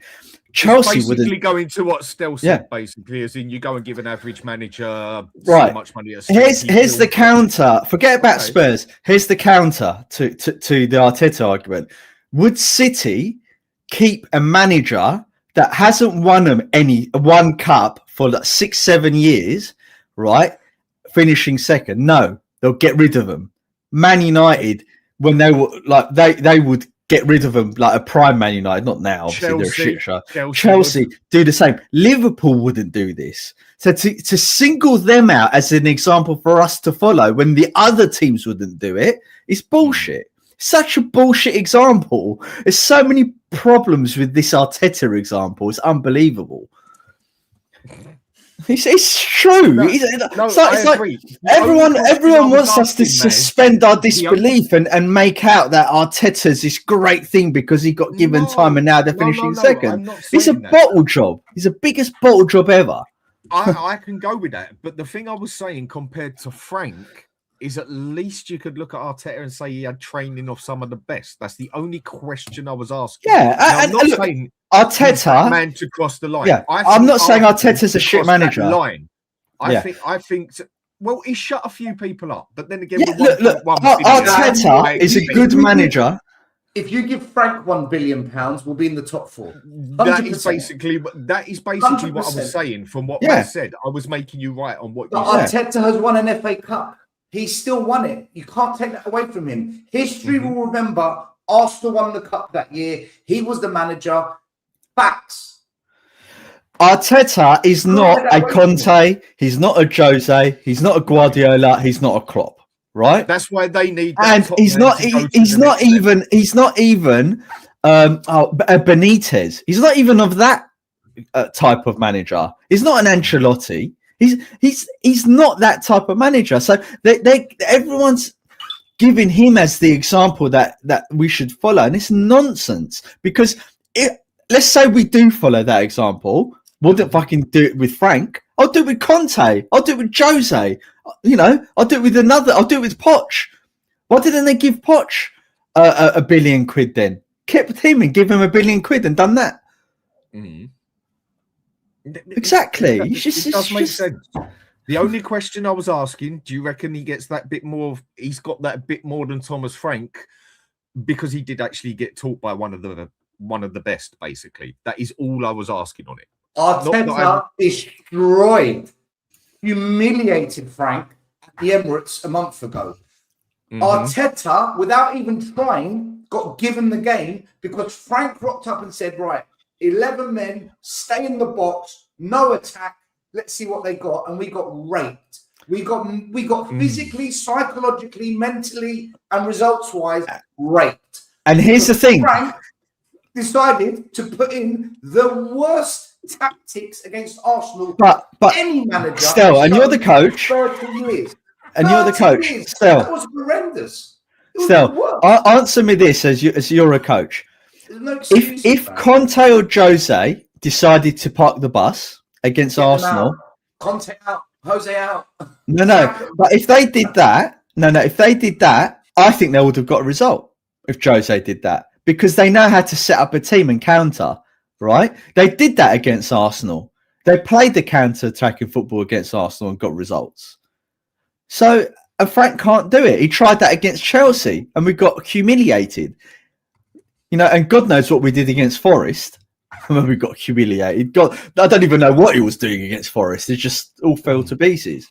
It's so funny. I'm seeing Alex just like attacking still. Alex is still 5 years he's still stuck in the time from 5 years ago. I remember when Alex You know, when we were talking about Levy out, it was like, oh, I don't care about Daniel Levy. And then all of a sudden he's like joining the protests and coming to the demonstrations. Oh dear. Alex. I mean, in that aspect, I can agree with where certain people come across of like it has only been 4 or 5 months. But the thing that's got me right to the point of it is where we was complaining, most of us, a lot of us, a majority of us, that Ange was definitely not the man and everything else. And we finished 17th, and this team is better than 17th. And I'd say the main number that I heard off a majority of people was we should be round about 7th. So I'm going to say between 6th and 8th, so 7th I'm going to go with. I expected an improvement. And I'm sorry, I have not seen any improvement. And I think overall, since he's been here, I think we've actually deteriorated the way we play. And that's the issue I've got. I can only judge game by game. I know people don't like hearing, like, why does Ange have to get brought into it all the time? Well, I'm sorry. If I want to compare how I'm doing now, have I improved? Well, do I look about how we played under Poch, or do I look about how we played under Conte, or do you go from the previous season? You have to look at the previous season.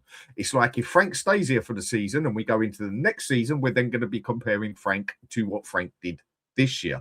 And at the moment, I'm sorry, I can't say I'm seeing any improvement. I think I can name a player that we've seen more of him, of what he can do, and that is Van der Ven, because he's had to stay back more as a proper defender as such, instead of being one sprinting back from the halfway line and that. I think other players have deteriorated, and I do think overall, I think we look even more lost on the pitch at times than we did under Ange. Or am I just going too harsh there? Dan, Frank is not a shit manager. Frank isn't this crap waste of space manager. Just like no, I don't think he is. Yeah, just like Nuno wasn't when he came to Spurs. But they get overhyped because they get the Spurs job. And Spurs fans have got this terrible habit of just jumping on any bullshit this club throws at them, consuming it, inflating it, rather than taking a step back and saying, what the fuck have we did? What have we just done? What is going on? We are incapable of doing that. For the sake of positivity, we're just positive on things that don't have any credibility to deserve it. Frank has to earn his stripes. He's got it all to prove. He's proven nothing in his life as a manager to be the Spurs manager. And like I said, and I'm going to stick with this, if you give any manager in the Premier League 500 million, they're going to move up the table. All of them. Ole Gunnar Solskjaer is the best example. Apart from average manager. I will come to that. Just a bang average manager that got given loads of money, got Man United. Apart from Andrew got given 400 million and he took us down. You know what though? He got us fifth up the table from where he started, and he won us a trophy. Dismiss the trophy as much as you like. Should he have done more with that? Yes. Did we give him good players? No, but we never give any manager good players, really. Conte got given shit. Do you think Mourinho got given shit? Nuno got given shit. Ange got given shit. Frank's had better quality players signed for him in a window than any manager I can remember, if I'm honest. I don't think Nawani's dog shit. It Simmons wasn't is good. a bad Kudus is window. Good. Pauline is good. I think Danzo is good as well. It wasn't a bad window on the quality we got. It was just a bad window on, as all we did was replace certain players and we didn't build on the squad. But then I do remember a lot of people sitting there agreeing with me when I used to say this, like, well, what would you rather do? Go and get 6 or 7 bog standard average players, or go and buy 2 quality players, or very good players, should I say, quality and very good different, that walk into that team.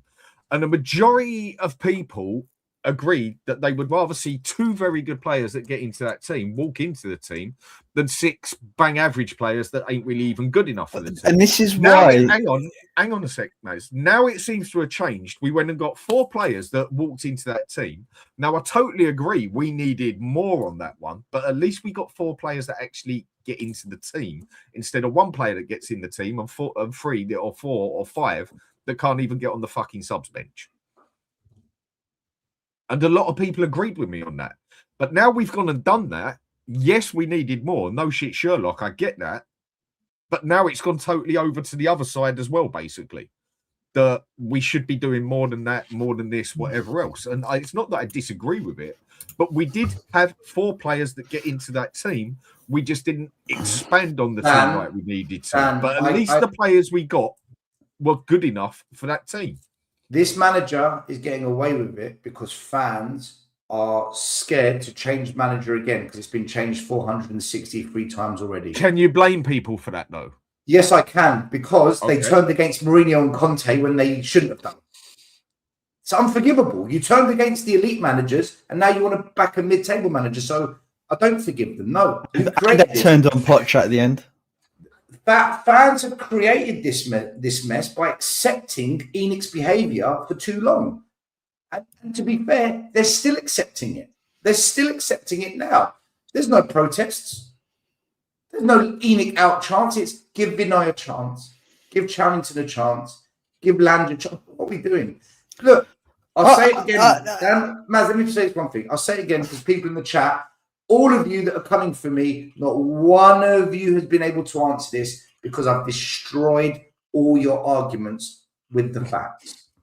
You all said the reason Frank was better is because he had better attackers. And Ange's team is shit that he's inherited. Yeah, Ange's shit team, with all of those good attackers Frank had, Ange beat that Frank team 3 times out of 4, and he only drew once. And my question to you is simple. When Frank had Mbeumo and Damsgaard and Wissa and Tony, why did he fail to beat the shit team he's inherited now? Exactly. You can't answer it because it means you have to say, because Frank isn't as good as we thought. And you haven't got it in you to say it because you've got agendas. Whereas if you were just balanced, you'd say, you know what? I've overhyped Frank and maybe I need to rein it in a bit. Mm-hmm. Just like it's fair to say, you know what? Maybe Ange wasn't the worst manager in the world, but yeah, he probably still had to go. But was Frank the answer? No. No. Yeah, and that is the way I must admit. I'm starting to see it myself. I won't deny it. I mean, Ledley's Knees, thanks a lot, mate. Much appreciated. City fans don't rate Savinho highly, 50-ish tops. I can see why City fans won't rate him so highly because they are fucking Manchester City and they've got players there, yeah? Whereas he comes to us, it's definitely upper level to what we've got. There's no ifs or buts about that. But I can understand where you're coming from there. I mean, you two, I'm just going to ask you a straight fucking question, yeah? Not just YouTube. When I say YouTube, I'm going to talk about chat. I'm going to mean everyone, and I'm talking about every single fucking person on here. Do you think some people just cannot put their fucking hands up and say, do you know what? I got it wrong. Yeah. I'll tell you. Or possibly got it. This is why I've been quite outspoken and more brutal, I guess, this season than previous seasons. Is aggressive. Yeah, because a lot of the YouTubers and the fan base need to wake up and say Tottenham away was correct. ENIC and Levy have fucked up the club. Everything we said was going to happen has happened, right? Everything we predicted 4 or 5 years ago, 6 years ago has happened now, right? The anomaly is us winning the European trophy. I don't think anyone expected us to do that. But we were correct. But they're not willing to do that. You know, I got told, right, or we got told, my chairman, he's proven all you lot wrong. He's doing, you know, he what else do you expect him to do when you got Liverpool, Man United, all these Chelsea all winning the cups, and Sean done his decade by decade analysis, which I've seen, and I don't agree with a lot of the points he goes when he's the way he comes to his conclusion. But he does make some fair points as well. Yeah, fair points. I'm not disputing that there's more successful teams than Tottenham, but there is an indisputable fact. Before the Premier League started, right? Why were we? Was it the 3rd or 4th most winningest teams in the whole of the UK? Why were we considered part of the Big Five? Why are we one of the founding teams of the Premier League? Why did we get such a big say?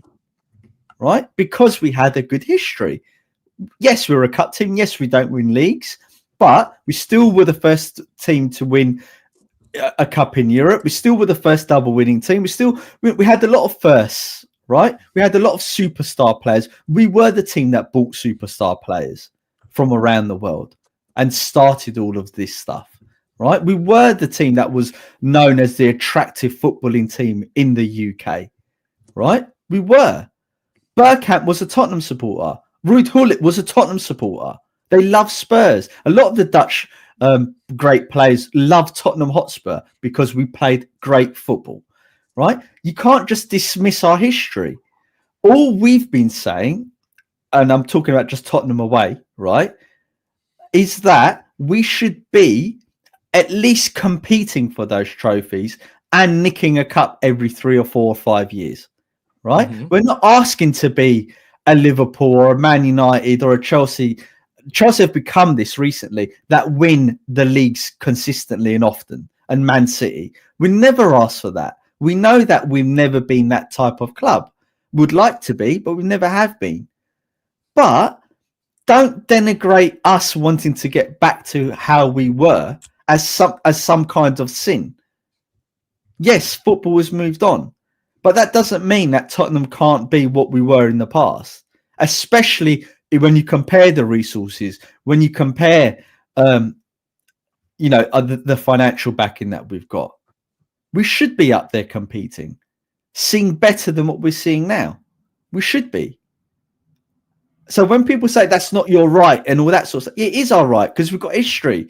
History tells us that this is where we should be, right? Doesn't mean that's where we are now. No. I wouldn't say should. I'd say the word you should use there is could be, because that is a word I hear too much at Spurs. Should. Look, Dan, let's not get into semantics of things, right? It's like look. We are a London club.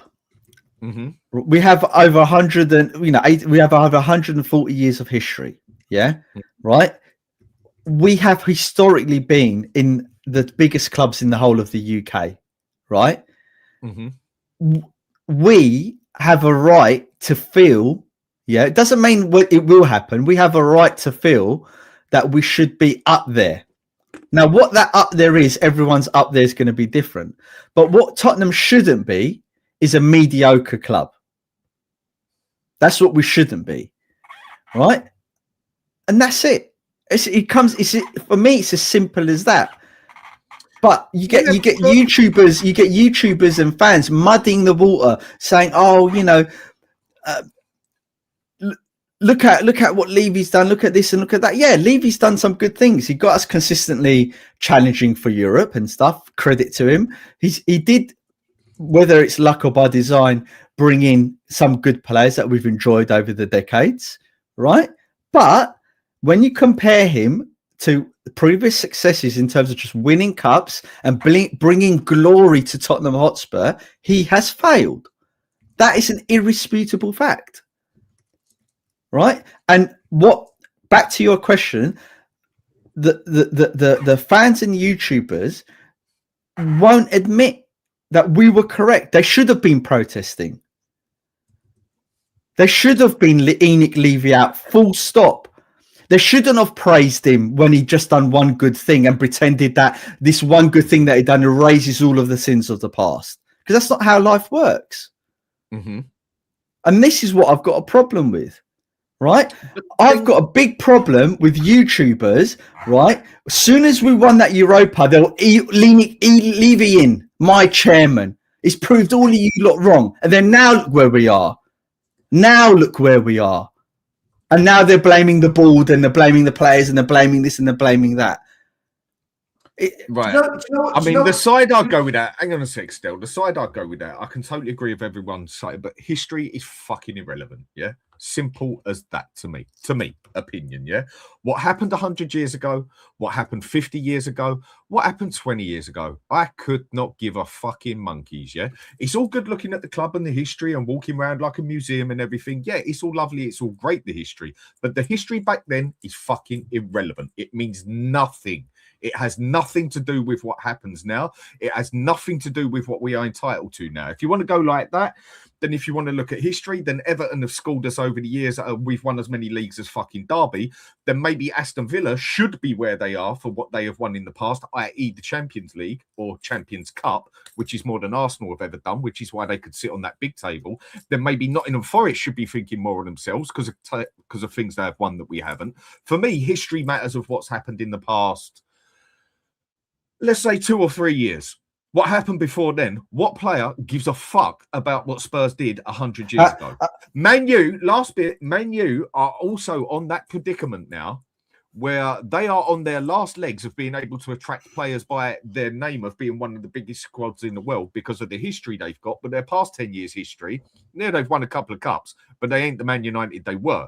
You are not going to attract a player through history of a club of what happened 10, 15, 20 Yeah, if you let time go on too long and you're unsuccessful, I agree with exactly. that. Which is why we're leaving. This is why we're leaving ENIC out, Dan. Right? Look, how do you build standards if you don't look at what you've achieved in the past?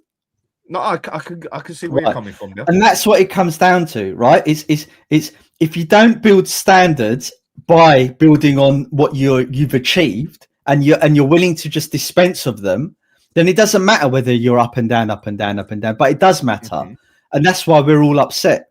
And this is what we've warned about with Levy and ENIC. He's destroying the good work we've done to get to the point that we got to.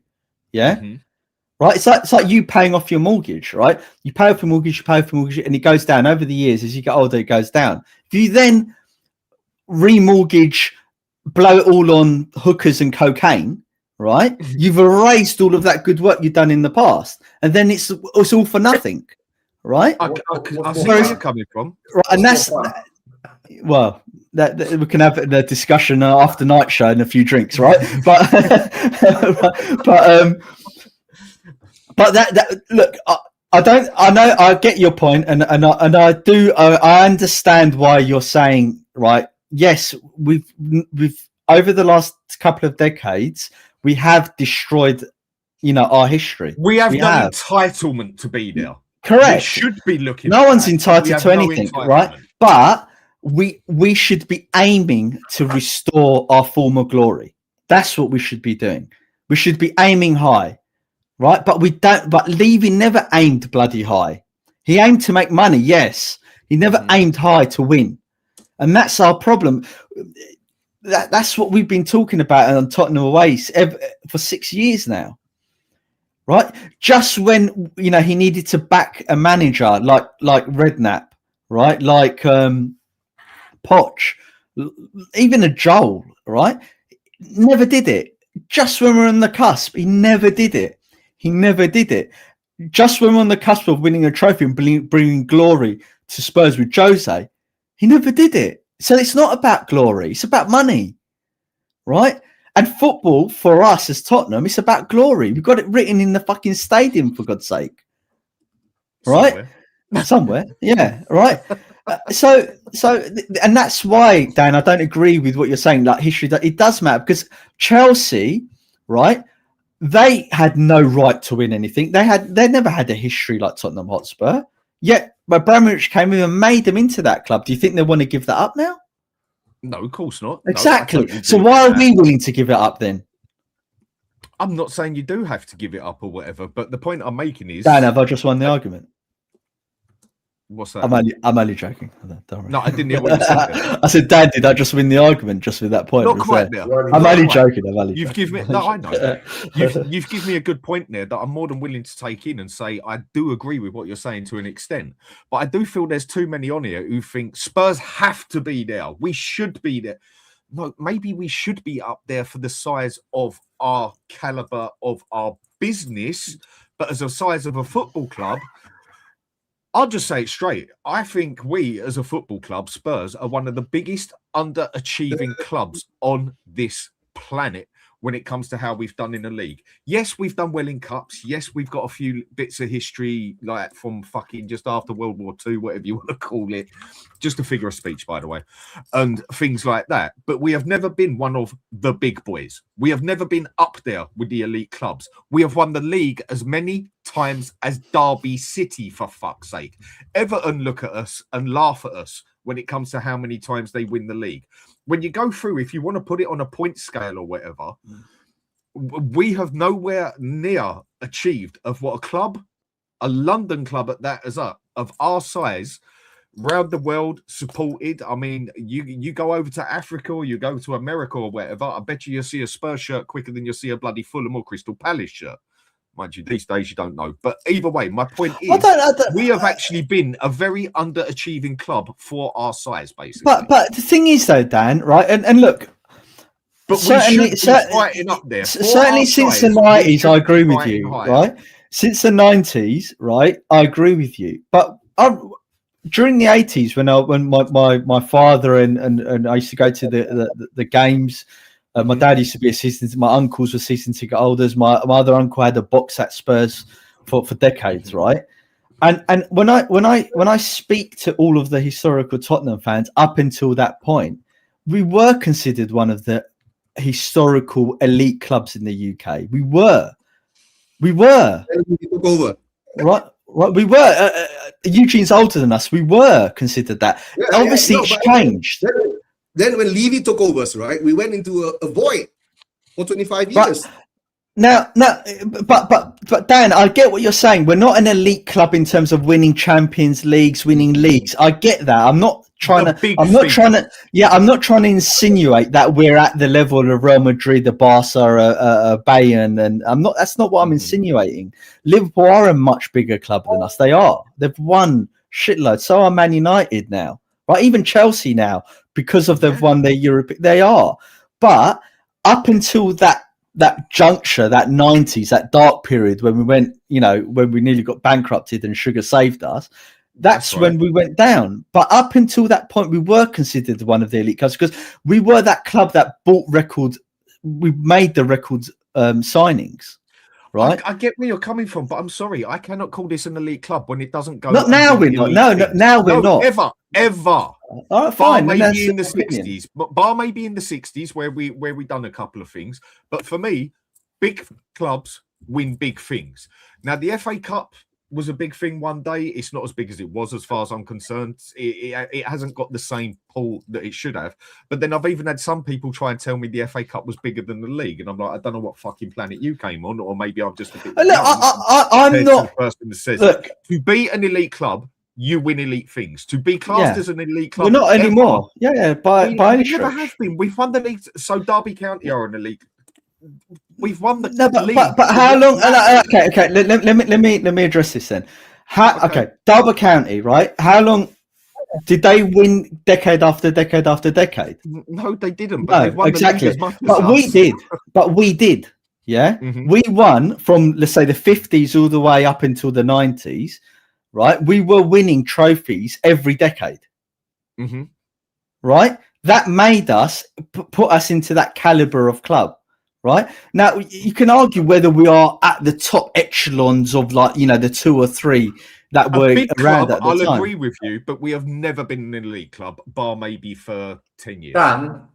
So the word elite, not in my opinion. But this is it's semantics. Like, everyone's changing, like, what everyone's consideration of what elite means, or top or big, is just so different now. Guys, that is a very fair point, Matt. That is a very fair point.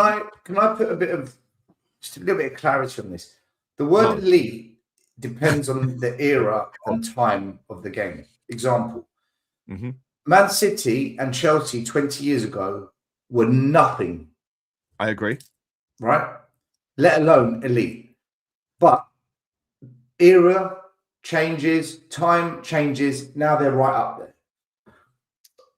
When Spurs won European trophies in the past, we won them when those European trophies were seriously hard to even qualify for, let alone win.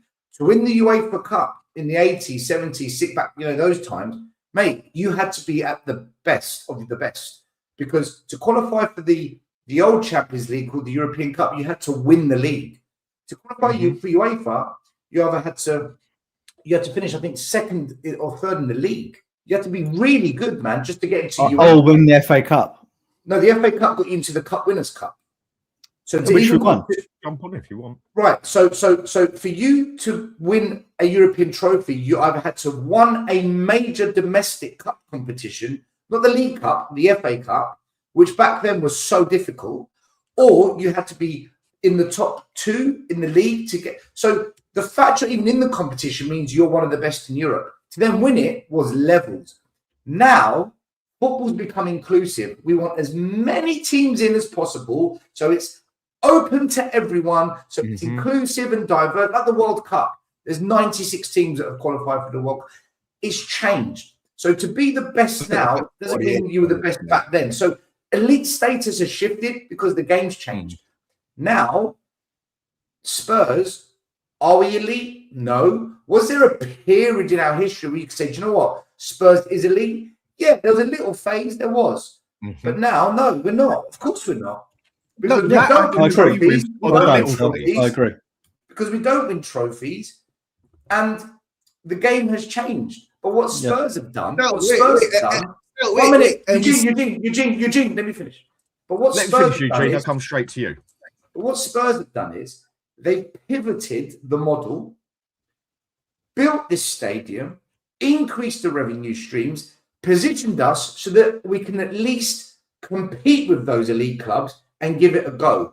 But what they failed to do is to implement a plan to deliver that, because they don't know how and they don't really care. What they want, and they've always wanted, is to benefit from buying a cheap asset, increasing the value. They're going to cash out at some point. And along the way, in order to keep the model ticking, they can't just be mid-table because they'll lose the customers. They've had to invest enough to keep us in Europe or try and get in that top 4 so that the model works. And in that process, you're going to land a couple of good seasons, which they have done. Poch, that Conte season, Redknapp. But for us to really be an elite club or a top club again, Dan, these owners aren't going to do it. This recruitment team isn't going to do it. Our network isn't going to do it. These players aren't going to do it. And this manager's not going to do it, which goes back to what Maz has been saying for this whole show. Everyone should have been going after ENIC if you want football success. If you want footballing glory, go after ENIC. But they didn't. They went after Poch. Our fans went after Conte. They went after Jose. They went after Nuno, after Ange. And now they want to defend Frank. Sorry, it's not how it works. You know? And that all ties in with elite status. Dan, you're right. Are we elite? Of course we're fucking not. We were elite once upon a time. Many decades ago. but only for a period. Only for a period. The UEFA Cup used to actually mean something. Yeah, exactly. Used to be powerful. Whereas me, this is why, don't get me wrong, I was happy to win it, but I wasn't over the fucking moon or whatever, like we'd done something immaculate. The fact that it was the bottom fucking 16th and 17th players teams in the Premier League just about showed the whole thing for me. And the fact that it was easier to win the Europa Cup than it was the League Cup, for instance, definitely knocked a bit of price tag off it. A cup's a cup. I'm not disputing that. I was happy with that. And the fact at the end of the day, the only reason anyone gave a fuck about that Europa Cup is because it got us in the Champions League. Now, there's going to be certain people, like I know you still, and probably you, Maz, Eugene, I can't quite count for you on that one. Don't know you well enough in that aspect. It was a cup. They didn't care whatever else. But the main thing that got a lot of people happy about winning that Europa Cup was it got us in the Champions League. If it got us in a champion, if it didn't get us in the Champions League, a lot of people would have just been, sweet, we won something, but that was still a diabolical season. I don't go on, so. Eugene. How you doing, mate? Happy Boxing Day to everyone, right, Mass? Hope you're doing well. Thank you too, mate. Merry Christmas. Right, guys. I don't understand what's wrong with us. Right, we have not won a fucking trophy in 17 years. We win one trophy, and every fucking body thinks a Mickey Mouse Club. No, it's a Mickey Mouse trophy. We were lucky. We were this. We were that. And the worst part is, right, I don't understand what's wrong with the fan base is that we know the problem has always been with the owners, right? And Conte was there, Mourinho was there. They didn't win shit. Ange came in, circumvent all this, navigate all this shit, right? And he brought us a trophy. Until today, no one can put respect on his name. I don't understand why. Yeah, all of us are looking at the 22 losses. 15 years from now, right? No one will give a fuck about the 22 losses. They will say the Spurs won that Europa League trophy. That will be the only thing that will be in memory, right? And now, right? And you were talking about how we run the club. We won the trophy. We sacked the manager that won the trophy. Now we're getting Frank, and I'm saying this is karma, right? This is karma hitting us back in the butt because what? Ange, no matter how shit he was, I hated him, right? You all know, right? I did watch-alongs. I hated him, how the game was played and all that, right? I was Ange don't care because when Levy came out and said that after the first 10 wins, first 10 games on Ange, we didn't lose. He played on a PR shit. We got our Tottenham back. I went on a fucking rant. I said, I don't want this Tottenham back because we haven't won the fucking league in 60 over years. I want a Tottenham that wins the league, wins the Champions League, right? Now, and talk about protest. And everybody say protest doesn't do anything. Who says it doesn't do anything? We've got Levy out because of the protest, right? Somehow or another, we won a cup when the protest became big, right? So please, guys, as a fan base, we must have standards. If you want to be a standard like Brentford, Brighton, Bournemouth, fair. But my standard is I want to win the fucking league. I don't care how. Like you said, everything is in an era.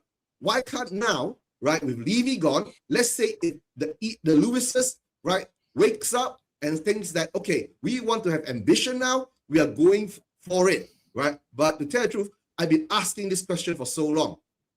In the group chats and all that, do you think Frank can bring us to the league title? Nobody says yes, right? We all know he can't because the track record is there. He has not won shit. Even though Ange was shit, right? He won things in Japan, Australia, Scotland, yeah, and now even in the Premier League. He was in the Premier League when he won the Europa League, right? He wasn't in the Scottish League. He wasn't in the Japanese League. He was in the Premier League, right? And to tell the truth, when it was mathematically, right, calculated that we can't get relegated, he threw all the games in the league. That's why we lost 22 times. He was focused on getting us that trophy. He built that mentality. That's what I believe. Right? He built that mentality in the squad, right? And told the players, right, help me find a way to get that trophy. And of course, Van de Ven came out with his interview. He said it, right? It was from VDV's mouth, right? He said it. After that, we threw the games, right? That's why I wasn't playing in the league games. We were safe. We were being safe for the Europa League Cup to win that trophy, to bring that glory. And it was our only chance of getting. And it was our only chance of getting Champions League. And it was our only chance of getting Champions League, and that would have satisfied Daniel Levy because he won the Champions League, right? So all I can say now, right, guys, we are stuck with Frank, right? No matter what happens, the only indication is now is January is coming up. Let's see what ENIC signs, right? If ENIC but the collateral of what he done, Eugene, the collateral of what I mean, I don't want to relitigate Ange because we've done this to death. But the collateral of what he done got him the sack. No, whatever the collateral is, right? He had a shit bunch of players with him at that time, and this shit bunch of players. He brought them in. What you mean? No, he brought them in, Eugene. Mass, please. He accepted them. He brought them in. He brought in 16 players. He spent 400 million quid. Wait. We've been doing this for so long. We know, right? Our managers never have a say on the players. Even Conte didn't. So why is Frank doing shit now then? So why have we got Frank? Okay. Managers don't mind. Get me the shittest player, the shittest manager in the whole of the UK. Right? Put him in there because the board run everything. No, of course the board runs everything, right? We've been seeing. So just do that then. Save money. You might as well save the £15 million a year. Getting a really shit manager. I'll be happy with that then. They've done it. Don't you see it? They've already done it. They brought in Frank. Instead of winning a trophy, going up to the next level, getting us a quality elite manager who can. What's your point? But what's your point, Eugene? I don't understand. Your point is. My point is, right, it doesn't matter. Levy is gone. We've won part one of the war, right? My point is now is, right, if ENIC comes in, this January transfer window, right, if they don't sign the quality players, because if you bring in quality players, right, it doesn't matter which manager you have, because the manager will know what to do with it. If you bring in an elite manager with the quality players, we will get better results, correct? right? Now, Right. right? The thing is that we have signed a bit of quality in the summer, correct? A bit, all right? Correct? A bit, right? Yeah.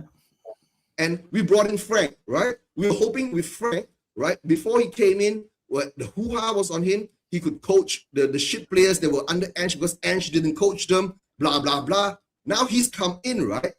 The first thing he tells us is that we will win, we will do about good for 10 games. We will win about 10 games. The rest of the other 20 games will be and then we will lose the other 20 odd games, the balance of the games will be Guys, there's no winning mentality. Frank has got a defeatist mentality coming into the club. That worries me the most. Remember when Ange came in? He came in and says that I don't give a F. I want to win everything. Remember? Right? I want to win every game. Right? Remember that's why we had the bloody. But Eugene, This is Eugene. I'm sorry, but I'm not following like all your points. Are you saying right that bringing in Frank is the wrong thing, right? Or are you blaming the players? Or are you blaming both? Or are you blaming the board for everything? I blame all of them, but I'm not getting what you're saying. Everything has got its causation and its effect. Agreed. The board is the causation, right? Yes, I agree. All these years, what Levy and the board has been doing, this is our causation, right? Our fan base has been, I call, hypnotized or mentally prepared, groomed. I don't use the word groomed, right? To accept mediocrity. We've all been saying this, right? From day one, I've met you guys. I've known you for 5 years through YouTube. We've been fighting the board. We've been fighting the cause of all these problems, correct? Whichever manager that came along, we've seen, right? We've got elite managers, bro. We had Conte, we had Jose. They were elite managers, and we fucked them up. You imagine? Spurs is the only club that brings in elite managers and fucked them up. But then we had Nuno, of course. In between that, we don't talk about that. No, but Eugene, I agree. We agree on all of this, but I don't get. I'm not. I don't even know where to start, to be honest. right, Eugene. For me, right. Frank Eugene. Frank at the moment is proving to be the wrong manager, right? And I don't think he's the wrong manager. I think his attitude, from what I've seen so far, stinks. Admitting that the game was lost at 2-0 when you got 40 minutes to play, you know, and bringing on the defenders and whatever he done, I think was like a big red flag for me, and other things, right? But it doesn't. For me, nothing has changed. No, nothing has changed. That's what I'm saying. Nothing has changed. Yeah, right. So, but you can't just turn around and say, "Oh, sacking Ange wasn't the right thing," because we've litigated all of this. He was a disaster. Yes, he won the cup. Yes, his name's on the record. Yes, we will look back in 20 years and be happy that he won us the cup. I agree. But for me, he's one of the worst, and statistically, he's one of the worst Spurs managers we've ever had. So it's like to pretend that if he stayed, all our fortunes are going to be any different now, and that it's karma. It's nonsense. No. Wait. One thing. Hang on a sec, Eugene. Hang on a sec, fella. Right, just a point on the side on the panel, yeah? When it comes to mods and that, Merry Christmas, bro. Do your thing, whatever, and that, but don't bother blocking people or blocking what people say and everything. Unless someone blatantly slates off someone's wife or their family or whatever, don't block them off. People have the right on there to say what they want to say. If they want to make a point about right? Eugene, hang on a minute, mate, please.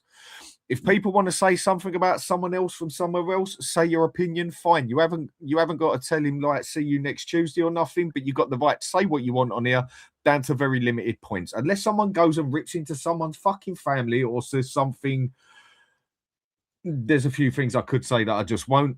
Leave them to it. People can say as they want on here. People are entitled to their mind. If you've got an opinion about someone, you can say it. Just don't rip into it too bad. And then you don't have to keep on repeating yourself because most of us can go with the first point. So don't just keep putting someone out for something minor.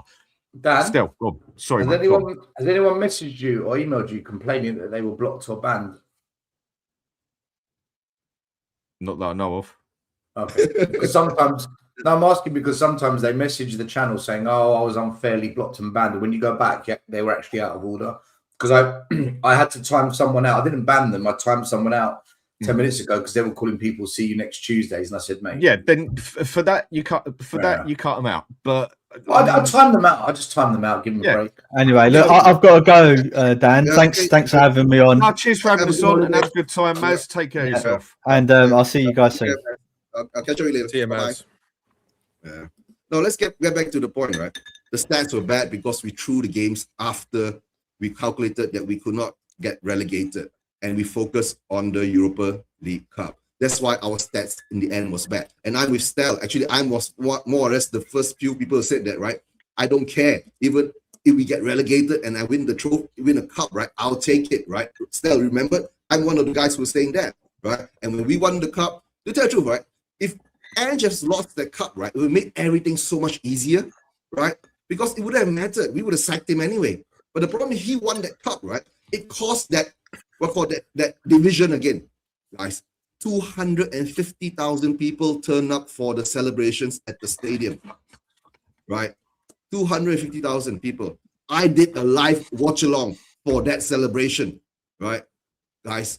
So I don't know, but I mean, it's over. Now Eugene, right. I have got it in me to accept that they got rid of Ange. I personally feel. Wait, Eugene, 1 minute. Let me say something, right? I personally felt we should have kept him for the start of the season, only because we had some unity amongst fans, players. Yeah. We were in a good place. I thought, don't wreck that, because I know how important the environment is when coaching, right? And I thought, you know what? We're in a good space. Let's see what we can do with it, right? But the club decided to get rid of him. It doesn't matter what Stelios thinks. The club will do what it wants. Doesn't matter doesn't matter what Danny says, you says, Dan, the chat. The club will do what they want, regardless of what we want. Yeah. Unless the fans start booing and really going for it, leave you out, then they react. It happens. But the point is this: they got rid of Ange. Fine, done. It's over. But then you need to bring in a manager that takes us to the next level. You're in Europe. You're going to play 2-3 games a week. We've just won a trophy. Does it not make sense to anyone in this world, anyone with half a brain cell, to say, do you know what? Let's bring in a trophy winner, someone that's got some European experience that we can build something with from where we are now. We did none of that. So to me, from day one, I always said to myself, I don't get what we've done here. I'm going to wait and see, because nothing has been proven. Eugene, 1 minute, right? Nothing's been proven with this. And what you're now seeing is this full-blown Ange v. Frank war, this full-blown it's the player's fault, no, it's the manager's fault, this full-blown ENIC are the problem, there's bigger issues at hand, clubs rotten from top to bottom, when the reality is this: ENIC haven't changed, they're still here. The players are the same players that won a trophy last season. Frank, he's another manager, just like many others, where there's nothing about him that is even matchable to what Poch, Redknapp, Conte, and Mourinho were about.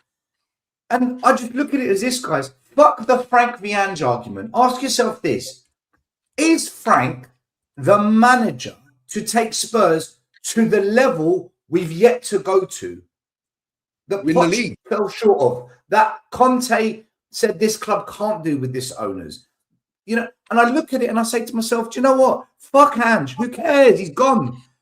What is Frank? What has Frank done to deserve being the Spurs manager, people? Who can answer that question? Who is Frank to be the Spurs manager?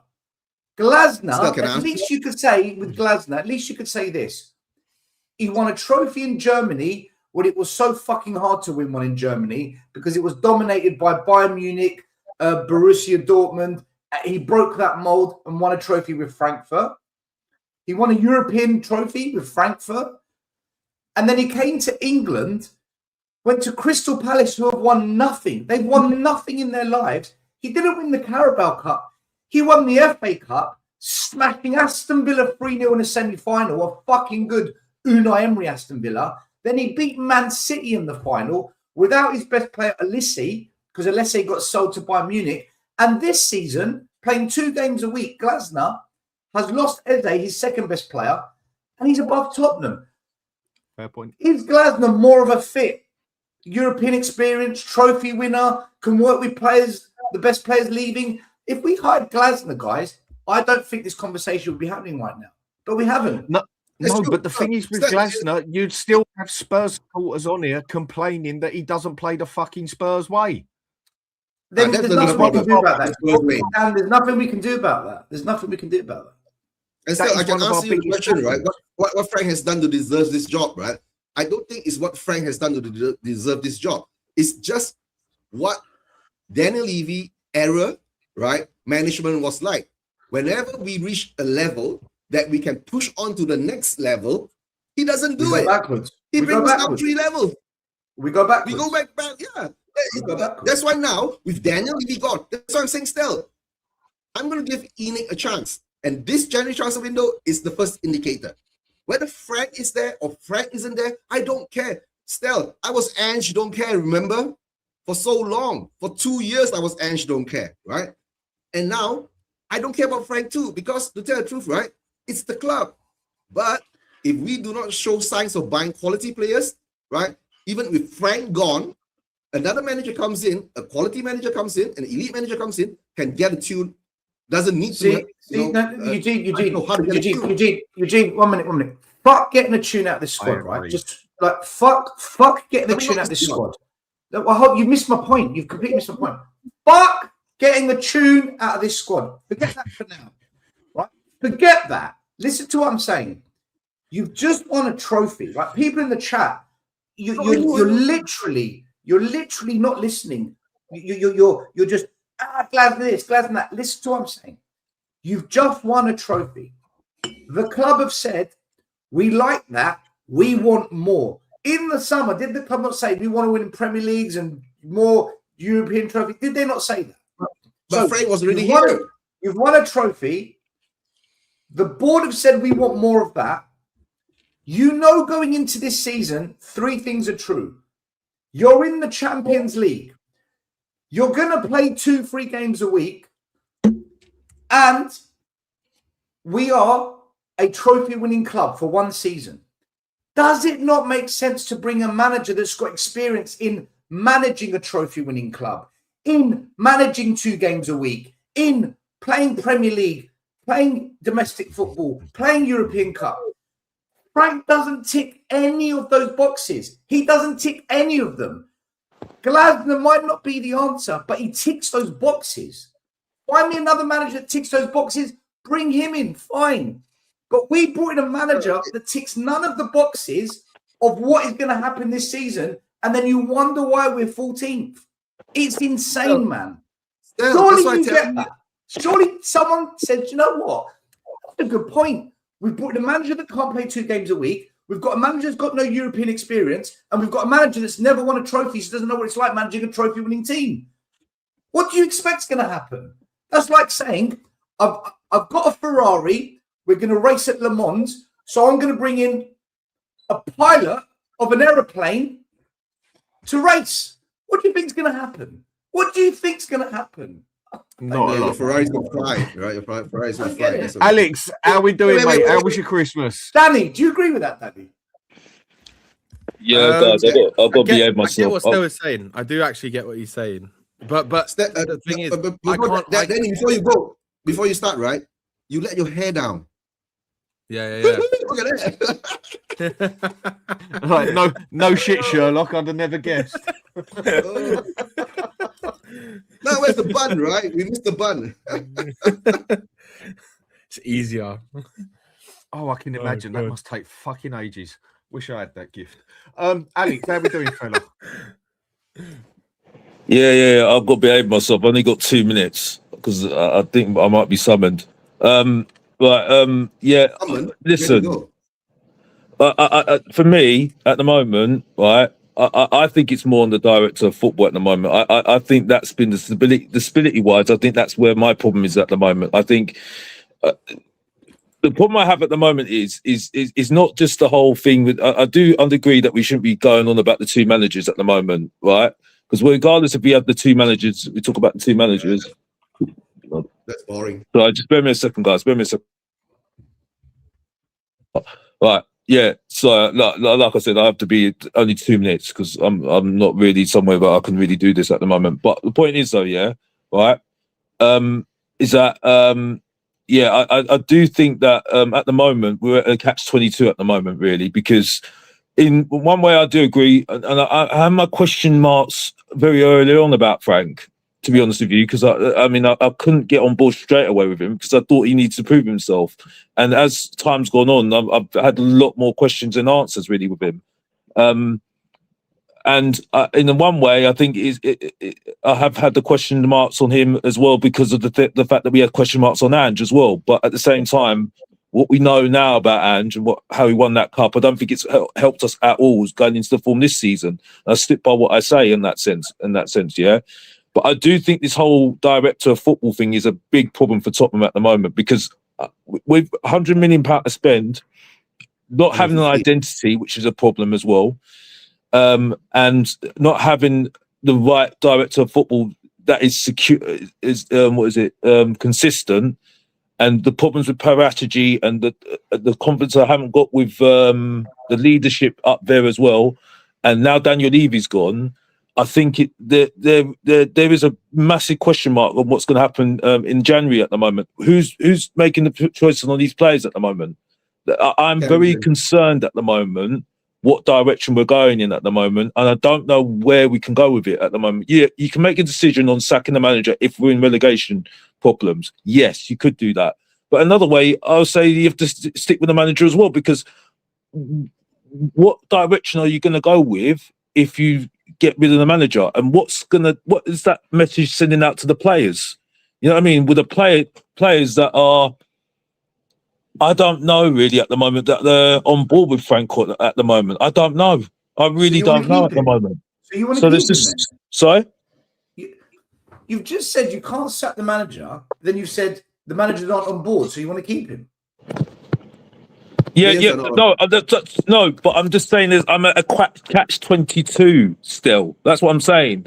I don't know whether it's a good idea to sack the manager or to just keep it. Okay, fair enough. I don't know at the moment because at the moment we're at a catch-22 at the moment because it's so it's so up in the air at the moment, especially with the whole thing. And the thing that was really got my attention was the Parategy thing. That was the thing that got my attention because it seems to me Parategy wants him out. He wants him out.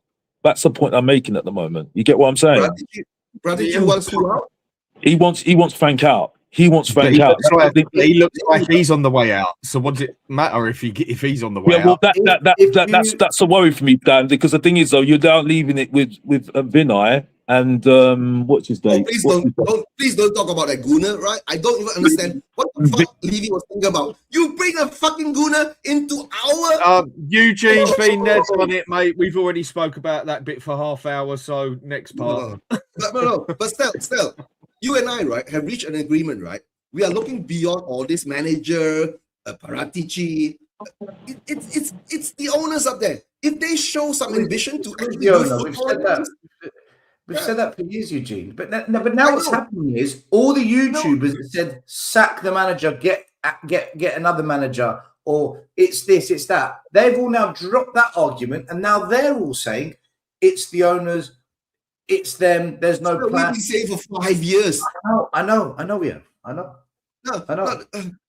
That's why to tell the truth, right? If our fan base want to have standards, then we must have standards. If we don't want to, like I say, they don't have standards. They think Levy's done a great job.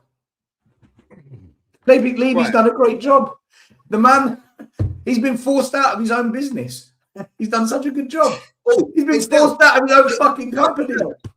And he's 25 years. Right. The thing I want to get to, because I haven't got long left to go now, yeah?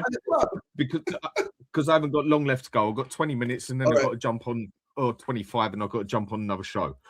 All right. Right. Traitor. So, the one, tell me about it. What show? Only done 2 hours. What show you the catch up. I've got to go on there and defend Spurs on an Arsenal channel. Oh, good And luck. yeah, well, it's a piece of piss. He mate. doesn't They're defend Spurs. He just says they're shit. No, I Talk just about about the truth. trophies. Just talk about trophies. That's all you've got. Mate, don't worry about me. I can hold my And shit. And it's bottles, not you the know, Arsenal bring some fella. It's bottles probably with you, the right? Yeah. and it's probably the Liverpool one that I had a bit of a debate with the week before. Right, on that one. Anyway, he's a good channel. For an Arsenal supporter, he does a good channel. Catch from Catch Up and everything. He's a respectable fellow on there. So That's good. when it comes down to this one, I mean, Roma are very interested in Dragusin, basically, from what it is saying on there, yeah? Roma are meant to be extremely interested in him. And I think Dragusin is still a player we can get 20 million for. And Shouldn't we get more? in that aspect, I think that's one that we should seriously look at. I mean, me personally, I don't know if any of you think this is a bit crazy. I think we need a centre mid just as much as we need a left winger because we've got no control in that midfield as such. I would personally turn around and say, right, there's Dragusin, there's 50 million, give me Kone. Because there is only one team in Italy at the moment that is standing on its feet with money, and that is Como. Not even Napoli are rolling in it. They've got money, but not rolling in it. AC Milan are up shit street. Juventus are up shit street. Roma are up shit street. That Italian league is in serious trouble. Would anyone think there is a chance we go there and say, right, you want Dragusin, have Dragusin, there's 50, 60 million, give me Kone. Because I'll tell you one thing, Kone is 3 times the player than anything we have in midfield. Personal opinion. I mean, I know who I'd love to go for, which is the other one, which is Edison, who I think would do a very good job. He can defend midfield. Where's Edison now? So can Kone as well. Edison's at Atalanta, Kone's at Roma. But the reason I'm bringing in Kone is because sometimes when you just have not got that money, that is when you can get bullied. And if we've got this money, they want Dragusin as well. Fuck it. Give them 20 million. Give them 50, 60 million. Okay, it adds up to 70, 80 million. But we get a player who would definitely 100%, well, I'll give it 99% because I can't give a fact. He would improve that team a million miles. I mean, he is one player that me and Sav have brought up before Roma even got him and that we should have got instead of fucking Archie Gray. But that's a different story. What do you think on that one? I think Kone is a very good player. First of all, I want to say good morning, everyone. Hope you guys are doing well. He drinks. Assalamualaikum. Alaikum salam. Look at Sal's gonna say Ah, man, it's Christmas. Merry Christmas. No. And happy Boxing Day. Merry Christmas, motherfuckers. No, I'm gonna say Eid Mubarak. I'm not gonna say Eid Mubarak. Anyway, come on, to the question. Okay, What do you think the Eid my chances are Christmas. Eid my that Christmas. they would accept that, put 50, 60 million on the table, because in my opinion, he's worth every penny, and also stick a Dragusin on it, which obviously puts the price up. And there is only one real club in Italy that actually has money to stand on. Yeah, but then you got to think about it this way. Roma are doing extremely well this season with Gasperini, and you know Gasperini from his Atalanta days. He is extremely harsh when it comes to selling players, and he doesn't like to sell his players. Even Romero, he didn't want to sell him at first. No, but when the club is up shit street and they need money, sometimes you don't. If you don't put it on the table, mate, then you're not even making an offer. Yes, it's true, but I don't think they want to sell their prime asset in Kone, which is honestly I'm not their saying best. they would want to sell him, but go put 60 million and then Dragusin on the table. You can say that's nearly an 80 million offer. Because the thing is, if Roma was like in the same position, let's say like for example Atalanta or let's say Genoa this season, like mid-table, then yeah, you can come and say, you know what, I want to take your best player. But Roma are 4th in the Champions League spot this year. Yes, and they So are the only- still not a rich club, and also they're not rich. Money. Yeah, they're not rich, but they rather sell their other prime assets, like for example, old agent Dybala or for example Pellegrini. They rather sell them first than Roma have looked good this year. They have. Yeah. They've improved. So Why don't we at least try it? for me, it's not the moment of trying. You should have already done your due diligence That before should have the been 2 win, years ago. before even the window started. So for me, for example, Atalanta is the perfect team to go and take their assets because they don't have Gasperini, they don't have like a big ego manager. Go and get Ederson. I like Kone, I think he's a phenomenal player. I think he's better than Ederson in a I personal think he's opinion. better than Ederson in a personal Yes. opinion as well. I'll agree with that. Yeah. But I believe Kone is the type of player you have to wait for in the summer. You don't have a choice. Right now, go to the teams that are struggling and go pick their best players. That's what you should do in January. Thanks, Tony. Okay, sack Frank. What coach Can I with answer a brain this? would take the shit show? Go on quickly. Yeah. Cheers, Tony. It's appreciated, mate. Frank took over this shit show. What brain has he got? Have a nice day. But with that one, Dietrich, I do think Kone is actually better than Dietrich's Ederson, but I big don't think there's a million miles in it. You see- I mean, if they are that much in trouble, we can put 60 million on that table. And Dragusin, that is literally an 80 million. But once again, Dan, you gotta understand this point too. Kone is we know Kone from his days in when he was what's it called? Germany. In Germany, yes. Yeah. So he's not coming to Spurs. Like remember, we have Lohan Lange. We have like people that do not understand what it comes to like big players. Look at Lange when he's bought players for 100 million after the Grealish sell. He bought shit players left, right, and center. If I'm being honest, I think we should go. No, if I'm being like subjective, of course, we need to go get Ederson. But if I'm being realistic, brother, we're not even getting close to that level. I think we're getting another Archie Gray or someone from fucking Belgium or a nobody. If we go and do that, mate, there's going to be a No, but like we have to be realistic. We don't have that manager. We're not an attractive proposition. Can I ask you guys a question? Dietrich, you do say, mate, that money talks. Yes, money talks, but remember, we've how many years Enoch have been here? Like 25 years, about 25 But this years. is meant to be where they're showing us their difference. So Yeah, this but is their then- time to do it. But then, what's it called? What's the saying again? Dietrich, can I tiger. ask you a question on this? Can I ask you a Yeah, question? go ahead. Yeah, okay, of course. Right, I'm going to give you two scenarios. Yeah, of course. If we get rid of Odegaard, Tell, these kind of players, and we bring in Lookman, Savinho, all this stuff, this is the first part of the question. Is that fair to say, right, this looks different. Maybe we are going to change as a club and maybe we are going to back this manager. And the alternative is we keep Tell, we keep Odegaard, we keep Gray, and we bring in like these kids that you say. Then is it fair to say Frank is accepting this and Frank is involved? Because that's what we said with all the previous managers. They're accepting this. Those two scenarios, one of them is going to happen. One of those two scenarios is going to happen. Where are you at with that? Can I answer for both scenarios? I'm just going to give you a quick answer on the first one. For me, I'll say things change when, for example, we buy good players that are going to improve the 11, but then the squad, like let's say the Archie Grays, the players are not good enough, we leave them on the side or send them on loan. That's why I'm going to say, you know what, things have changed. They don't care about losing profits. They just want to get rid of players. That's when I'm going to be really happy.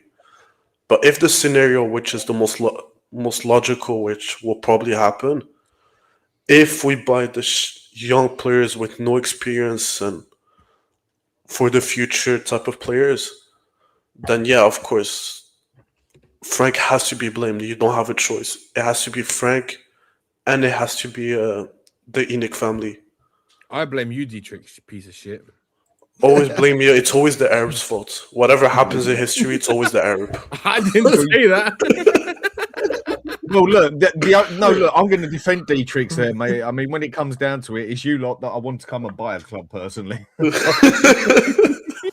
You know, so I'm on Dietrich's side here, so bollocks to it. But what do you lot think about that? I mean, should we be going out there if it wouldn't work with Kone? Which we've got the money to put on the table and go get someone like Ederson. We've got to do something and bring in a player that can show something. And all right, if the bigger clubs come into it, look, I don't give a fuck what anyone says. Anyone who says just put the money on the table is what I say, because it is a big part of it. But the money on the table doesn't just mean with the club. It means with the player. It means with wages. It means with this. It means with that. But we need to be willing to put the money on the table and say, right, we want that player. There's the price. let's go to the next part. Or Or whether according we to speak to the player first or whatever else, I don't give a fuck. At the end of the day, if you don't put the money on the table for the player, you ain't getting what you want. We have got to be willing to pay up in every which way, whether it's wages, whether it's money that comes in, whether it's the money we have to pay him to come in, and the money we have to put on the table for the club. We have to do it properly and not the Levy way. This is where we have to see that things are changing. Is it or is it not? Oh, thank God it's not here. well, then you gotta answer your. You gotta remember, it's not that easy because if you say pay up the money, you don't know anything about football. You've never been around football, so you gotta be careful what you say. Well, I don't know. Maybe I worked in a football club and make cup of tea for people. Who fucking knows? I ain't told you yet. But when it comes down to it, What was your Does tea name? What was your tea lady name? what was my tea lady name? Twisted. Yeah.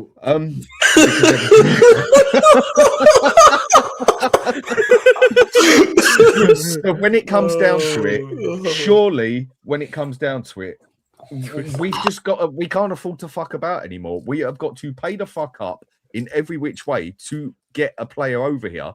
And thanks a lot, Tony, again. It's much appreciated, mate. Stelios, what winning coach would come to us as it stands? Give me names. Very true. But what are the chances of us being able to go out and get ourselves a couple of decent players with this 150 million war chest we got? Dan, if there is 150 million, then there's no reason why we cannot go and get Ruben Neves, Lookman, and Savio. There is Are absolutely you that bothered no about reason... Neves? I must admit, I think we can do better. Okay, who? Edison or Kone? Okay, let's just say those names. But what if we could get those three players?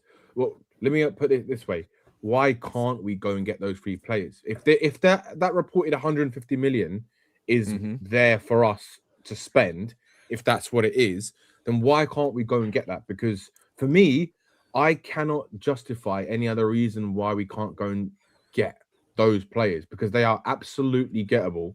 And in my opinion, every single one of those players we've mentioned just now, they completely rejuvenate our squad, right? And our first 11 especially.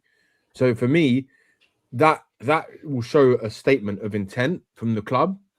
And I would also like to see a player or two leave the club, whether that's on loan or whatever. And for me, that will show that I'm starting to see some kind of plan with what they want to do. Then maybe if fans wake up a bit, we can actually start to see whether or not Thomas Frank will actually change based on the quality of players he's actually got available and who is fit. Danny, Right? can I add something quickly? Do you know what scares me with Frank? Do you know, like lately, like in the past games, like he hasn't started Paulinho? Is it maybe we can pull like just a hypothetical question? Don't you think maybe he rates more the youth than the ready-made players with big egos? Possibly. Wait, say that again. Say it again, Dietrich. Sorry. Because you saw like lately we haven't been playing Paulinho in midfield. He hasn't started. He started mostly Bergvall and Archie Gray. Would you say maybe he doesn't want any players with big egos or like big personalities? He just wants like the young youth that he can develop. Like if it was that, right, he would have. Why start Money and the Pigeon? Why don't you start Scarlett? He's part of the youth. You know what I'm saying? Give him a chance. I don't think it's about the youth kind of thing, right? I think it's his mentality of running this club. That is Frank's problem. Frank must wake up and understand he's running Tottenham Hotspur. He's not running Brentford. He's not running the. But the problem is Eugene. Yes, the problem is Eugene. Yeah, the problem is that there's a systemic problem at this football club. We all know that. The problem, yeah, but you need someone to come in and change that, right? Look what happened when Poch came into this football club. He gradually changed it. I know, but do you think Frank is the person to change it? I don't know. I haven't seen enough proof that he can be the man. But 4 months. How much proof do you need? 1 year, 2 years? Eugene. The thing is, where was the proof that Pochettino could do what he did? There was none, because he'd never done that before. So we can't sit here. That is the gamble we took. Okay, guys. Guys, tell me, what major trophy has Poch won? Liga. What's The Liga French league. title. French I mean, league? it's fucking PSG. If he had one league, But he still won it. But he still wait. won Still it. won it. Wait.